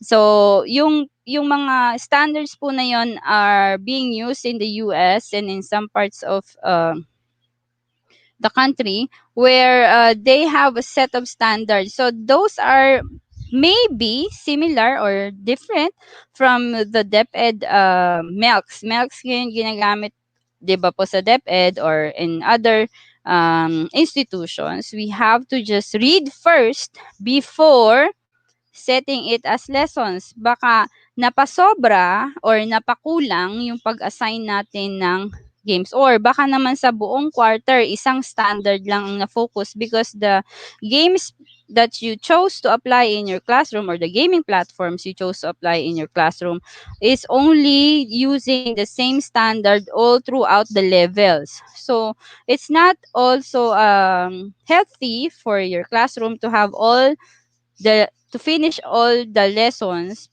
lalo ngayon online, wala naman silang load. Baka you're taking so much of their load because of the use of the app, and you are only hitting one standard. So yun po yung ating kailangang i-check, ano? Create a structure for the activity. You have to set guidelines, you have to set deadlines, and it should be challenging enough to keep player motivated. Yung iba, we have different levels of students. They may be fast learners, they may be super excited because that's their forte, and they try to finish the 20 levels in one day, while others struggle in one. Like when I did the workshops with gaming with adults in the STEMified Robotics Learning Center, when they did the workshop, I have one teacher who finished one level in 5 hours, and there are teachers who finished 10 levels in 30 minutes. So, kailangan papakaramdaman nyo rin po yung inyong mga students. Okay? We need scaffolding. Yung sabi ko nga kanina, may proper leveling. Okay? Clear goals allow player to create strategies and monitor their progress, especially if you are running asynchronous or synchronous setup in your classrooms. Make sure that you track their progress, and they track your progress too. If you are using gaming through code.org, you can trace their progress because it tells you. But for some apps, it doesn't. For the Desmos I showed you before, you can see their progress. And for the Prodigy gaming, you can see their progress. For Kahoot, it gives you data analysis of their quizzes. So it's easy kasi may item analysis. So you better pick and choose. Khan Academy is also doing the same thing, but it is more of a quiz type. So, parang gaming na quiz type po siya. So, pipili po tayo ng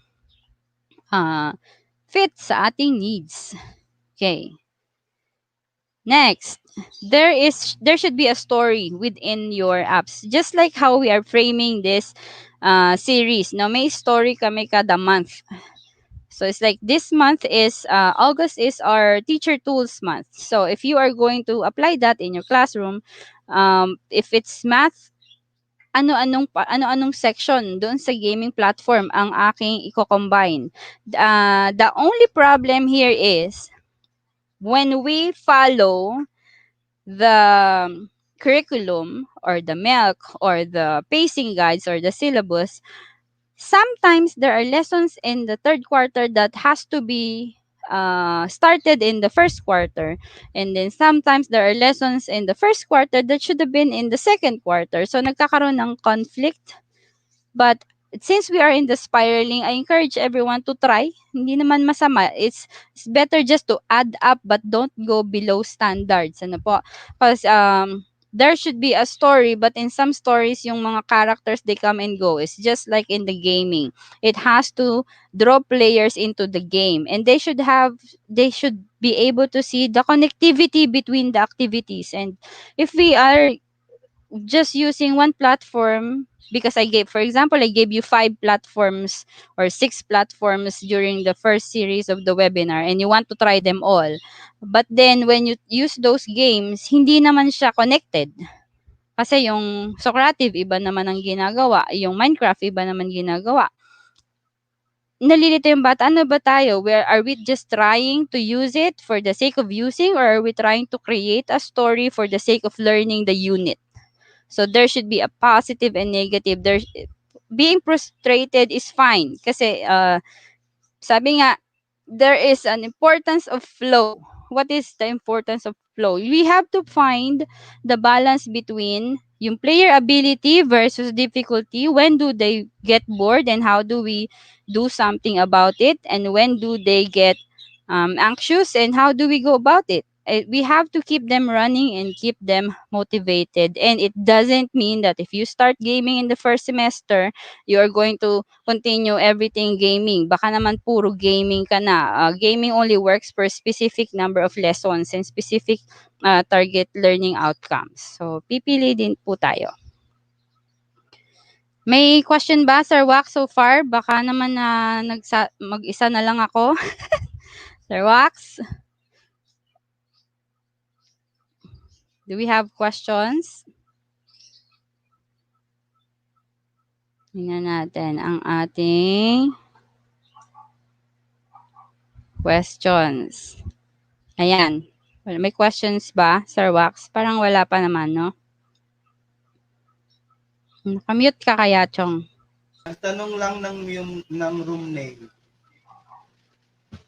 Virtual name. Oo, tingnan natin yung virtual mat kanina. Candy Crush po. Ayan, Candy Crush. Actually, Candy Crush ay pwede rin, ano? If you're talking about if you are going to use it for identification of colors. Pwede kasi yun kasi array, 'di ba? So pwede din 'yon. Pwede naman. It depends on the teacher. It's always the teacher who shares and decide. Okay, tingnan na. Continue tayo. Meron pa tayong ilan slides. Alright. So, feedback and reward. The player must receive... Wait lang, meron akong feedback.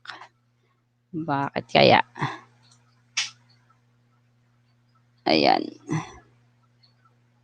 Ayan. The player must receive feedback on their progress. So, there should be repeated experimentation. Sometimes it works on once, and sometimes you have to do it over. There should be continuous feedback and reward. And the rewards may be just a simple good job or maybe badges. So, meron tayong mga iba-ibang players. Okay, so players can be one or more, or it can be a competitive mode or collaborative mode. If you go to pet simulators, there are me versus the computer. So, yung ating AI, maganda din siya. And there are those who can group. Like sa Socrative, you can have groups po. Okay. Okay, so gamification of the classroom is a safe environment because we provide experiment without fear or failure. So it's okay to, if you have an avatar, it's okay for the avatar to use up its life because you keep trying the game and you lose the health or the XP. So yun po yung mga kailangan natin. Kailangan wag silang matakot mag-try. Okay, it also allows learners to take on a role or social credibility. So sa ating online, katulad nga sabi ni Ma'am Ann, even the educators, they collaborate with other teachers or other students from everywhere.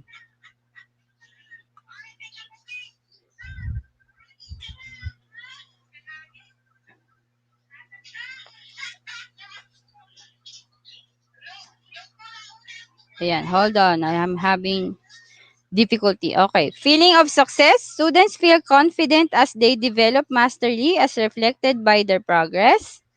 And there are levels of game design elements.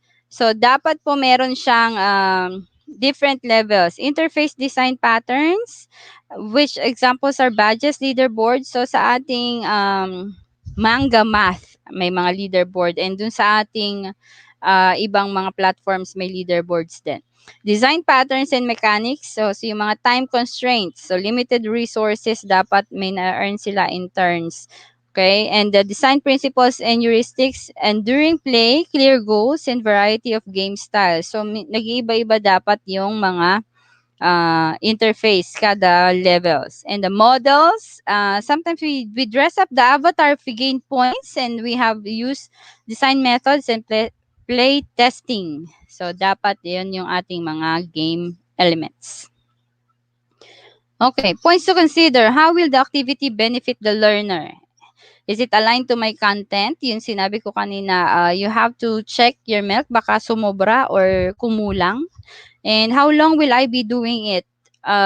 If we are on a in a 1 hour time slot, for example, you're going to the com lab and you'll be asking the students to play the game there collaborative or by pair or individually, how long? Kasi baka ang klase mo 40 minutes lang and then matagal mag-log in, matagal mag-sign out, baka you are going to use the time for the second period, no? Kung ba, third period ka, baka natapos yung game mo, fourth period na, nandun pa kayo sa ComLab, you're taking other people's time, and there are I encourage people to search the game app and play the game as an educator. Sometimes we assign games that we have not even played, and ang nangyayari po, hindi natin alam na may mahabang-mahaba pala yun. And there are games na hindi pala pwedeng i-pause or hindi pwedeng i-save, and it will take 2 hours. Ang ating time slot lang is 1 hour or 40 minutes class. And how will the students engage? Baka wala namang internet sa inyong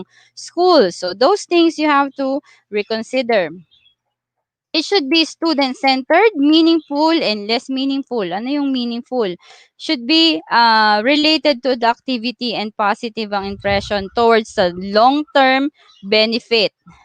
Okay? Kapag walang long-term benefit, walang career pathway, walang soft skills na madidevelop in time as you are using the game app, therefore, it's going to be less meaningful.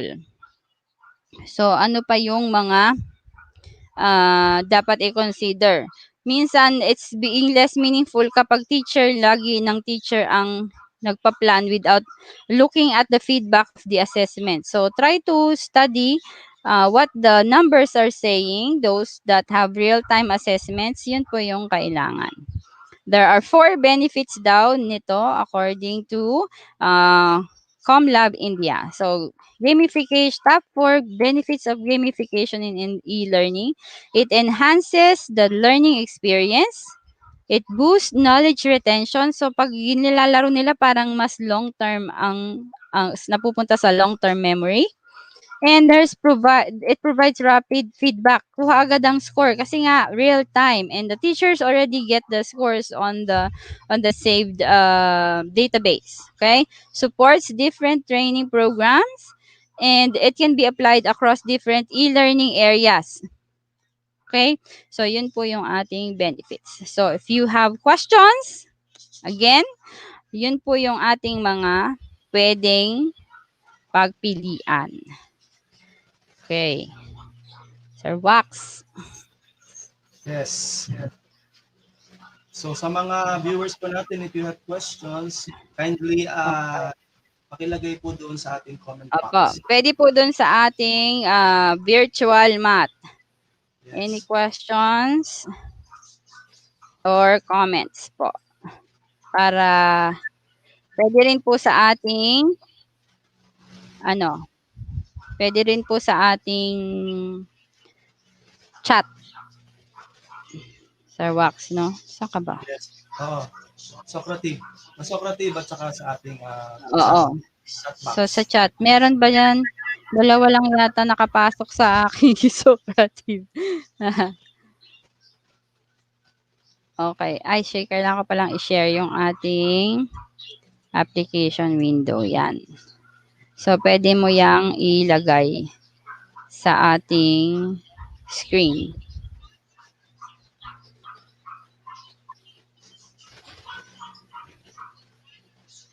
Kasya ba 3? Okay, any question po sa ating mga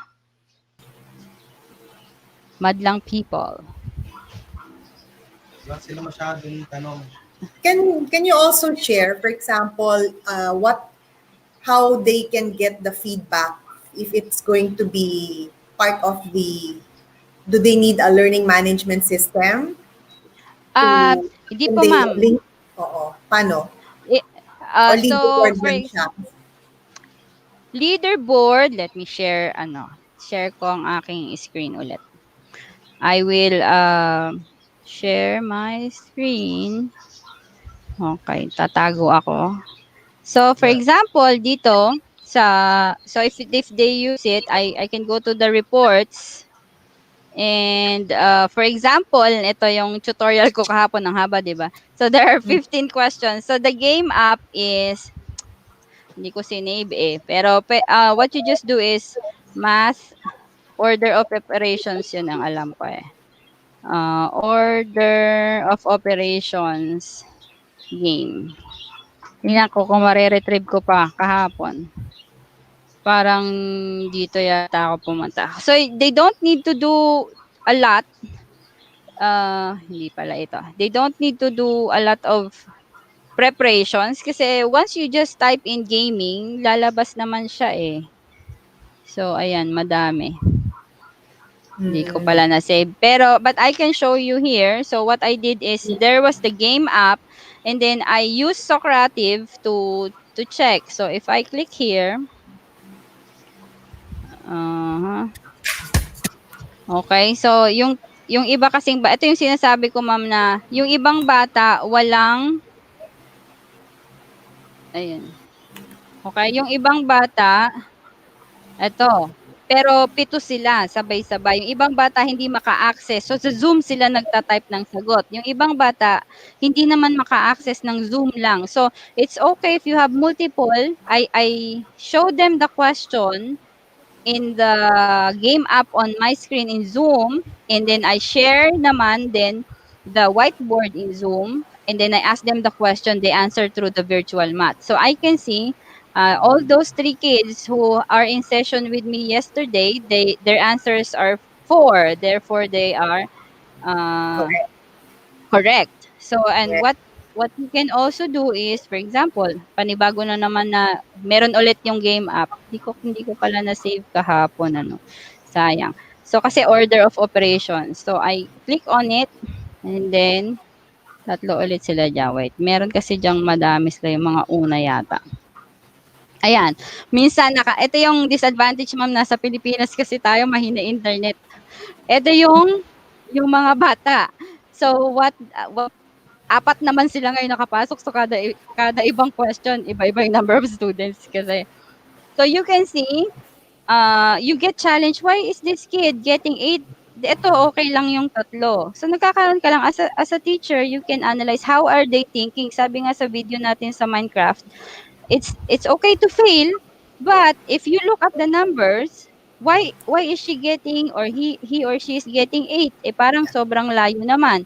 So, yung mga gaming na ganyan, na real time, yun yung sinasabi natin, the advantage of the gaming is it's real time.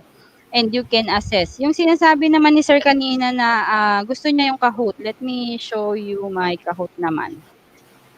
Tingnan natin kung bubukas yung akin. Hindi ko pala binukas, no? So, dapat pala binukas. So, student, ito yung mga, Teacher Desmos pala. Ito yung yung ating first series dito. Buti binabalikan natin yung ating mga... Balikan na, Kahoot, kasi ginamit natin yan Ginamit natin yung Kahoot, ginamit natin. Nung March. April pala, hindi pala tayo wala pa tayo. Tagal-tagal na kasi natin nag-aano. So yung Desmos, yan, tingnan natin. Ayan ako, ang internet ko yata ay alisin natin yung iba para bumilis. Ito yung mga additional tools that the parents and educators can use. And then also, yung parents, pwede rin nilang gamitin to, kaya hindi naman po kailangan. Kasi minsan, yung mga schools, they are not equipped pa. Nagte-training pa lang yung mga teachers. The parents also watch our webinar, so they get to know. I try ko nga to sa anak ko, so I can do gaming with my kid, especially if, kasi dati, ma'am, wala pang virtual. Uso yung flashcards. As a parent, imbis na magluluto ka, gagawa ka pa na, magugupit-gupit ka pa ng flashcards. Ngayon, hindi na. So, ayan. Sign in tayo. Ay. Panahon natin yung flashcards, hindi pa na alam ng mga... Hindi pa. Flashcard, hindi nila alam anong Manila paper. Hindi nila alam yung mga index card. Yan, yung mga ginagamit ng mga teachers noon. maganda dito, oops. Ang maganda dito, for example, itong mga bata. So, if I click on my gaming din kasi 'to, eh. Dapat pala pinakita ko 'to. Hindi ko matandaan kung pinakita ko 'to ng first series. Dami ko kasing sinasabi, eh. Oo. Hindi, Ay, maganda ano yan. ba yan, Eh, paano rin pwedeng gamitin nila yung Jamboard ba yun? Yung ginamit mo the first Opo, time? ma'am. So, para Jamboard you din. can give, oo. Bukas na natin. Ito 'yon, Google Jamboards. For those teachers who are here with us, so ito yung Jamboard. So, let's look at how they can collaborate. So, discussion on grammar, for example. Ay, ano ba naman 'tong internet ko, 'di ba? Ang galing.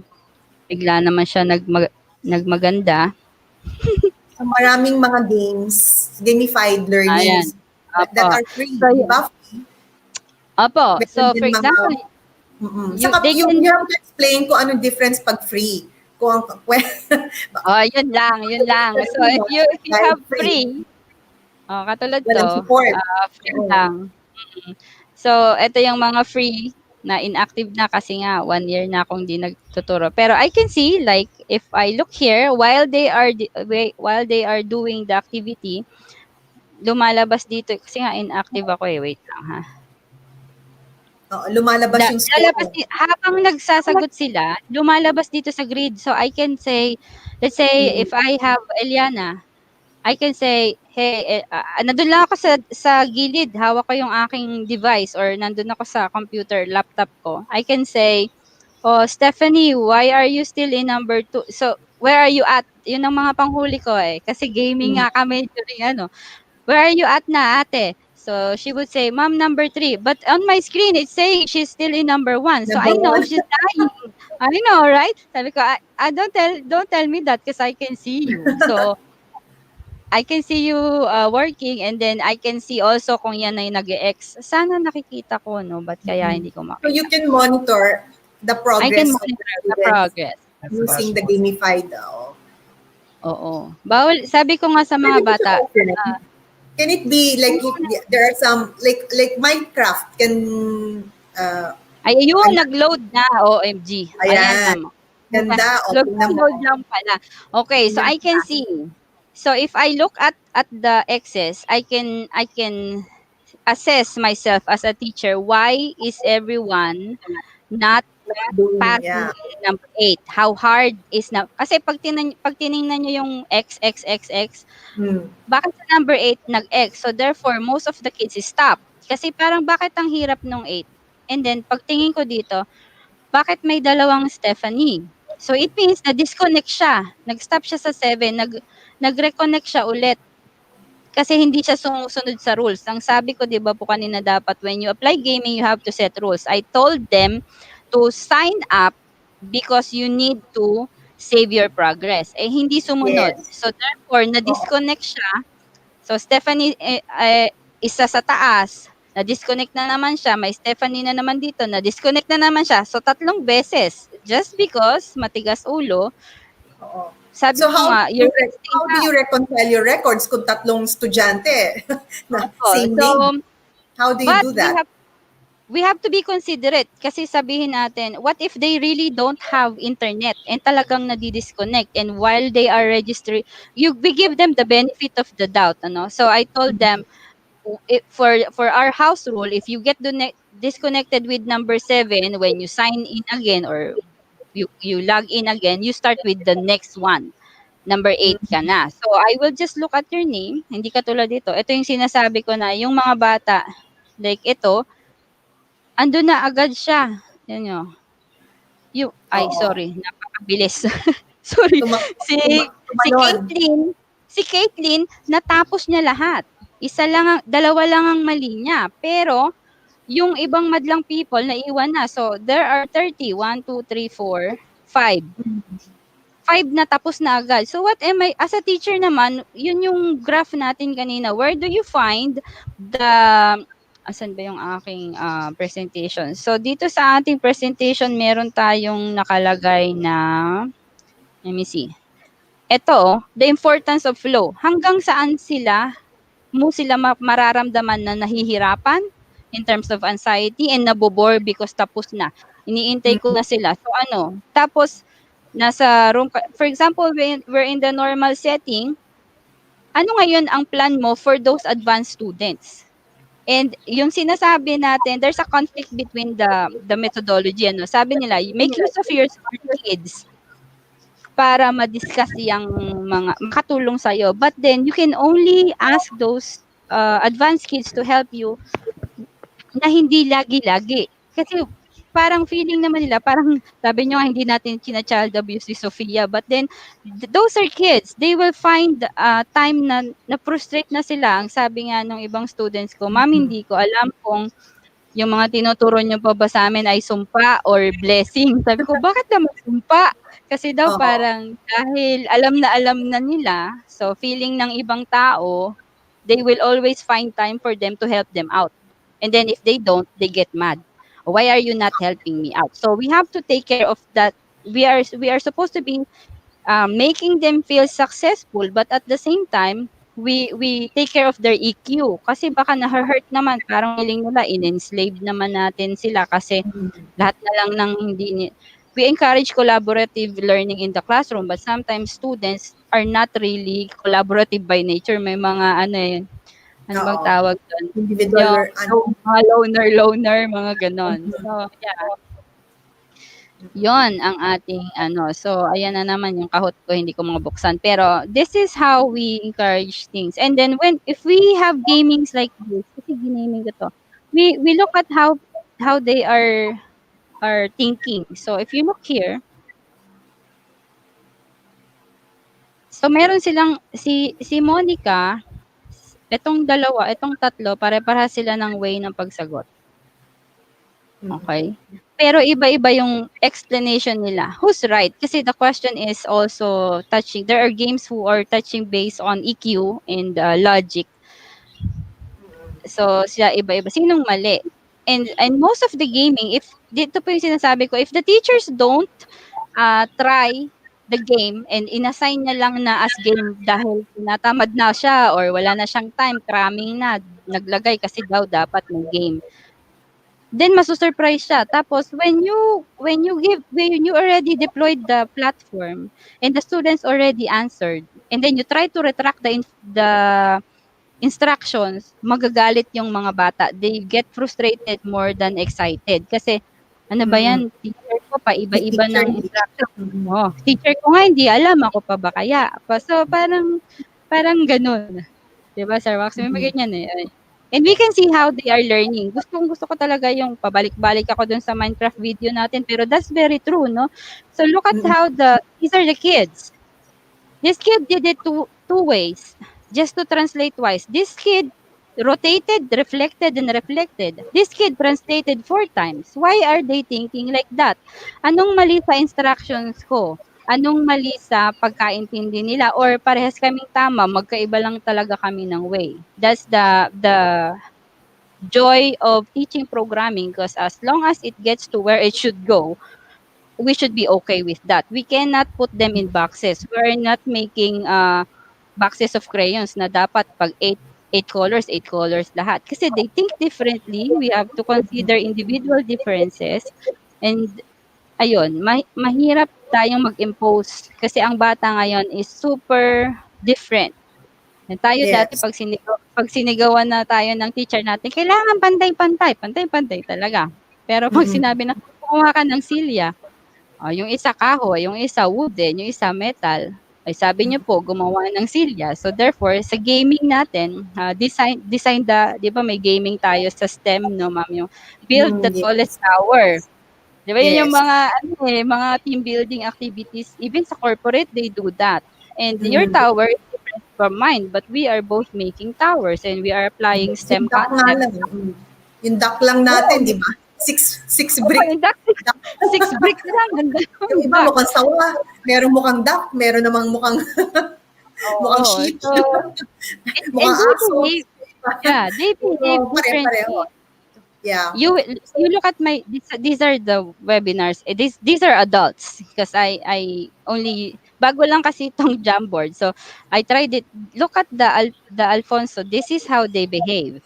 So if iba-iba. So wag tayong magalit kapag ganito ang rule ko is kailangan pantay-pantay pag naglagay kayo.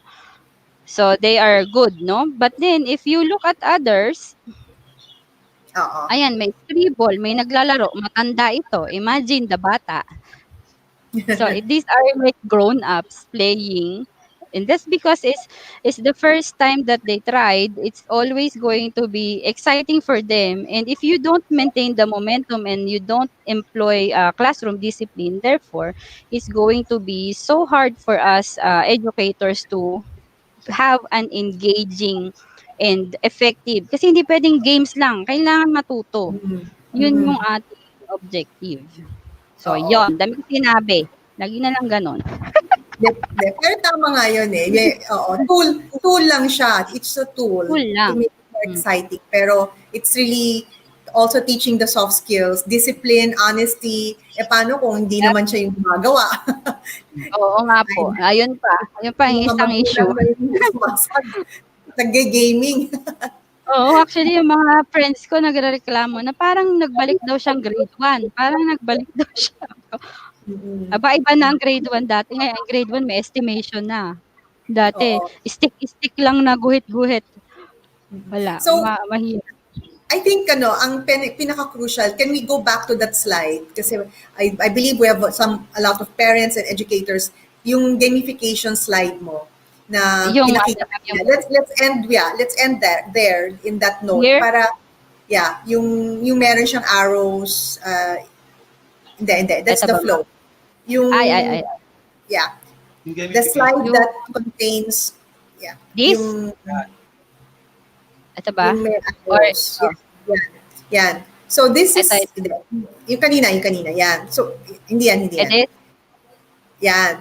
So I believe if you can zoom in, this is a very good way for us to, hindi yung kanina, yan. So for parents and for educators, this slide of Miss Jen is very crucial for you if you plan to use games, no? So ito yung kung if there's one slide that you would like for you to take parang takeaway nyo is this slide. Kasi nga marami ng kalaban ang parents, di ba? Oo, correct. Ako nga, yung anak ko is nakuhook sa Call of Duty. Diyos ko, they sleep late hours. Minsan, ba't ka puyat? Kala, hindi naman tayo lumalabas. Yun, Call of Duty sila. So, wala naman. Sabi ko, anong natututo? but that's that's the way of life. Talagang marami. Yeah. Rewards are good. Kasi social media ngayon, pag post ka ng post na rank 5 ka na, top 3 ka, top sa gaming pa lang yun, wala pang ang content. Awan ko, we live now in the era where we are millennials. We find fulfillment and success based on the number of likes and the number of shares and the number of this and that. Pero we forget na kailangan maging tao ka muna bago ka maging epitome of something. You have to be not for rewards and not just for other people. Let's do it for ourselves first. As teachers, we have to be satisfied with the platforms we use. We have to believe in the platforms we use before we actually deploy them. Because if you're going to test your students as guinea pigs, parang it's going to be too late. You're going to waste a year of their life or a semester or a week of their life for something that you're not even sure of. So let's be responsible educators also, and let's be responsible parents also. Na hindi lahat ng games ay masama. I actually encourage gaming kasi we don't know who's going to be who. There's a lot of things you learn from gaming, from logic to critical thinking, even math and science, because even the way they press on a button if you are going to ask a character to jump is going to be an estimation of parabolic. Yeah, that's even algebra too, and that's a 5-year-old playing Angry Birds, but they don't know that they're doing that high level of math and science also. So yeah, let's think of the variables and employ them into the classroom, but remember to stick with the content. Hindi pwedeng maganda lang sa paningin. There are games na hindi mukhang maganda pero the thinking level is very high. So we have to pick and choose and really apply and use it before deployment. Yes, that's true. Very, very, very good wisdom. All right. And I think we're at the end stretch of our webinar for today. And ulitin namin po na you're all invited for the first Philippine Minecraft National Competitions launch on Monday. Sa Monday na po, August 24 at 1 o'clock. And Sir Wax, di ba, will be on Facebook Live sa Felta Facebook and also in the I Create Cafe Manila. And we will Yes. be joined by our colleagues from Microsoft. They will be joining us. And pumayag na si Sofia. Babalik daw siya sa Yes. Monday. So she will again conduct a demonstration of Minecraft education for us. So that we added her, pumayag na, yung parents. with parental consent. Correct. Yes. So I think let's now, Miss Jen, give a preview of what's in store for next week. Still in the teaching tools tayo for next week. Yeah, for next week in the teaching tools, we have, teka lang ha, sinara ko yung Facebook ko, may tumawag kasi. Yes. We have our colleagues from Intel. And since we've covered a lot of software and virtual and digital solutions, we will now go to hardware. Right? That's So, to complete the cycle.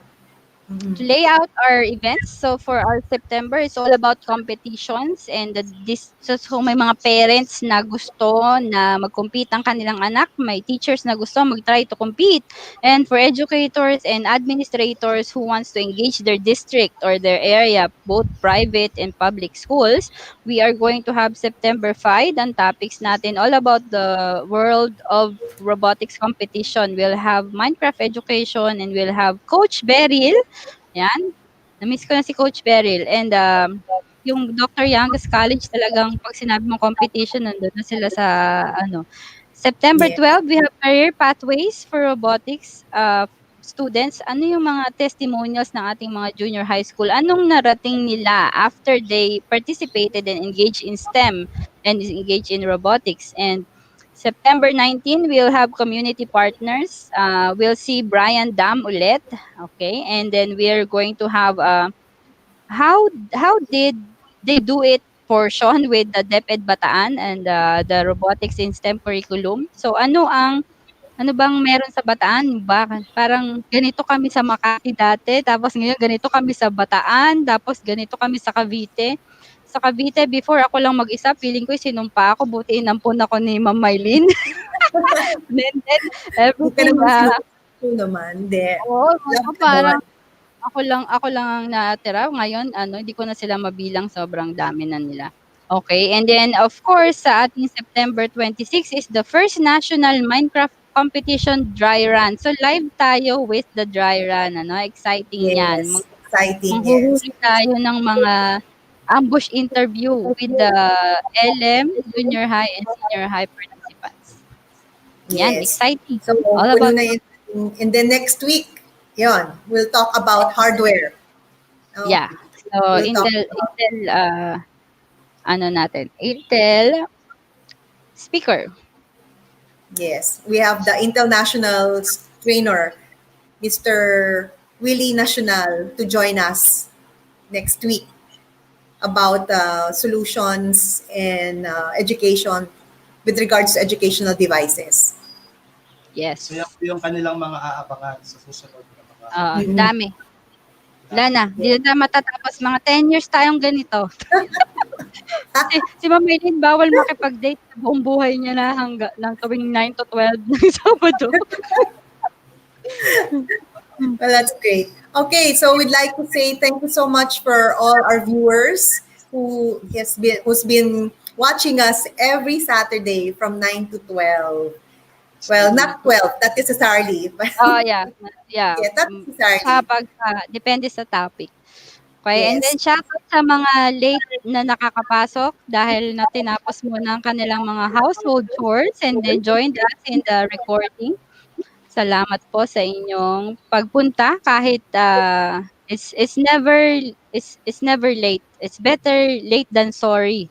Yun nga, kasi sorry kung na-miss mo yung mga learnings, it's up to you. I really believe now we should be more on what is going to be learned instead of what are we going to receive in return. Kasi yung mga certificates, maganda yan. But then, kailangan nating intindihin na it's more of the content, not the evidence that you actually join. And I know we have a YouTube live, YouTube Yes. channel. And Sir Wax, ano mong YouTube channel ni Mamay? Last week, So, nag-Shopee. please Tapos ngayon, subscribe. YouTube. Ano kayo susunod? Lazada. Please subscribe in the Felta YouTube channel. O, Shopee yung nakikita ko. Shopee Hindi yung Shopee. Shopee. Yung ano naman. Susunod There. may salamat Shopee na tayo, no? Kontakin natin yung Shopee. Sponsors pag sa mga competitions ng mga bagets. Yes, Okay. so we just launched the Felta YouTube channel. And if you want to view all the videos, even of Power and Felta, it's all there. Almost Tsaka all. yung STEMified Robotics, the STEAM Powered Teacher, YouTube din. Yes, Update so ko nga there. sa Sir Wax. Subscribe Sir po Wax, sila. anong pangalan? Share mo yung YouTube channel ni iCreate at saka ni Felta. Yes. Felta, So- ita-type na sa YouTube ang Felta. Yes, if you want to view or replay, just log on to or subscribe to the Felta YouTube channel. Yes. Ayan. So you can always be in the know and go back to the lectures and the webinars. Pwede nilang ulit-ulitin. Yes, ulitin nyo. Yes. Sasawa kayo sa Maraming po salamat sa lahat po ng ating mga participants. Salamat Yes. din sa ating mga naging speaker for today. So we wish to Alright. see you next Saturday for Intel. No, nag-prepare po kami sa inyo for hardware naman. Para naman Yes. And we have a raffle next week. Yes, we have Uy, raffle pa more. Yung raffle natin last week na padala na, no, ma'am. Yung iba lang walang address kaya hindi mapadala. Yes, for those who have won last week, we need your home address. Ang binigay sa akin, school address. October nyo pa makukuha yung school address. Kung makuha nyo man, kasi hindi natin alam kung may tatanda. So, we need the home address and your mobile number, your full name, so that we can have it delivered to your homes. Yes. So, Sir Wax, you will submit yung winners natin last week from the Microsoft webinar. Because we have the Microsoft prizes. Okay, so our final our final world, na natatang twister ako sa world sa word. Wonderful world. Wonderful world. Okay, Yes. final words for this session. We have to create worlds of wonders through gaming, but remember to be logical in choosing your gaming platform and make sure to be student-centered. Yun po. Great. And ako naman po, again, ulitin ko for the nth time, please join us on Monday for the first Philippine Minecraft National Competition launch. And if you're interested to participate, please just send us an email, Felta Multimedia Incorporate INC, Felta Multimedia INC @gmail.com. So for the guidelines and the rules. Okay, with that, we'd say blessed weekend to all. Thank you. And Salamat bye. po, Ma'am Marites. Keep safe Ma'am po, everyone. M. Safe. Yes. And hello to all the Felta team watching today. Watching today, lahat po. Saka iCreate Cafe Manila team. Thank you so much. Kay Jovin, JP, kay Lance, kay Annalyn, kay Rochelle, kay L'Oreal. Baby Sophie. Okay, so Baby Alright. Sophia Wala na ng uniform Sophia. niyan. Okay, thank you. And let's watch this video. Thank you. See you. see you. We gave you a world. A world where you could simply create a block and destroy it. A world where the only limit is your imagination. And you taught yourselves how to build funny, creative, bombastic, epic, unexpected, and amazing things.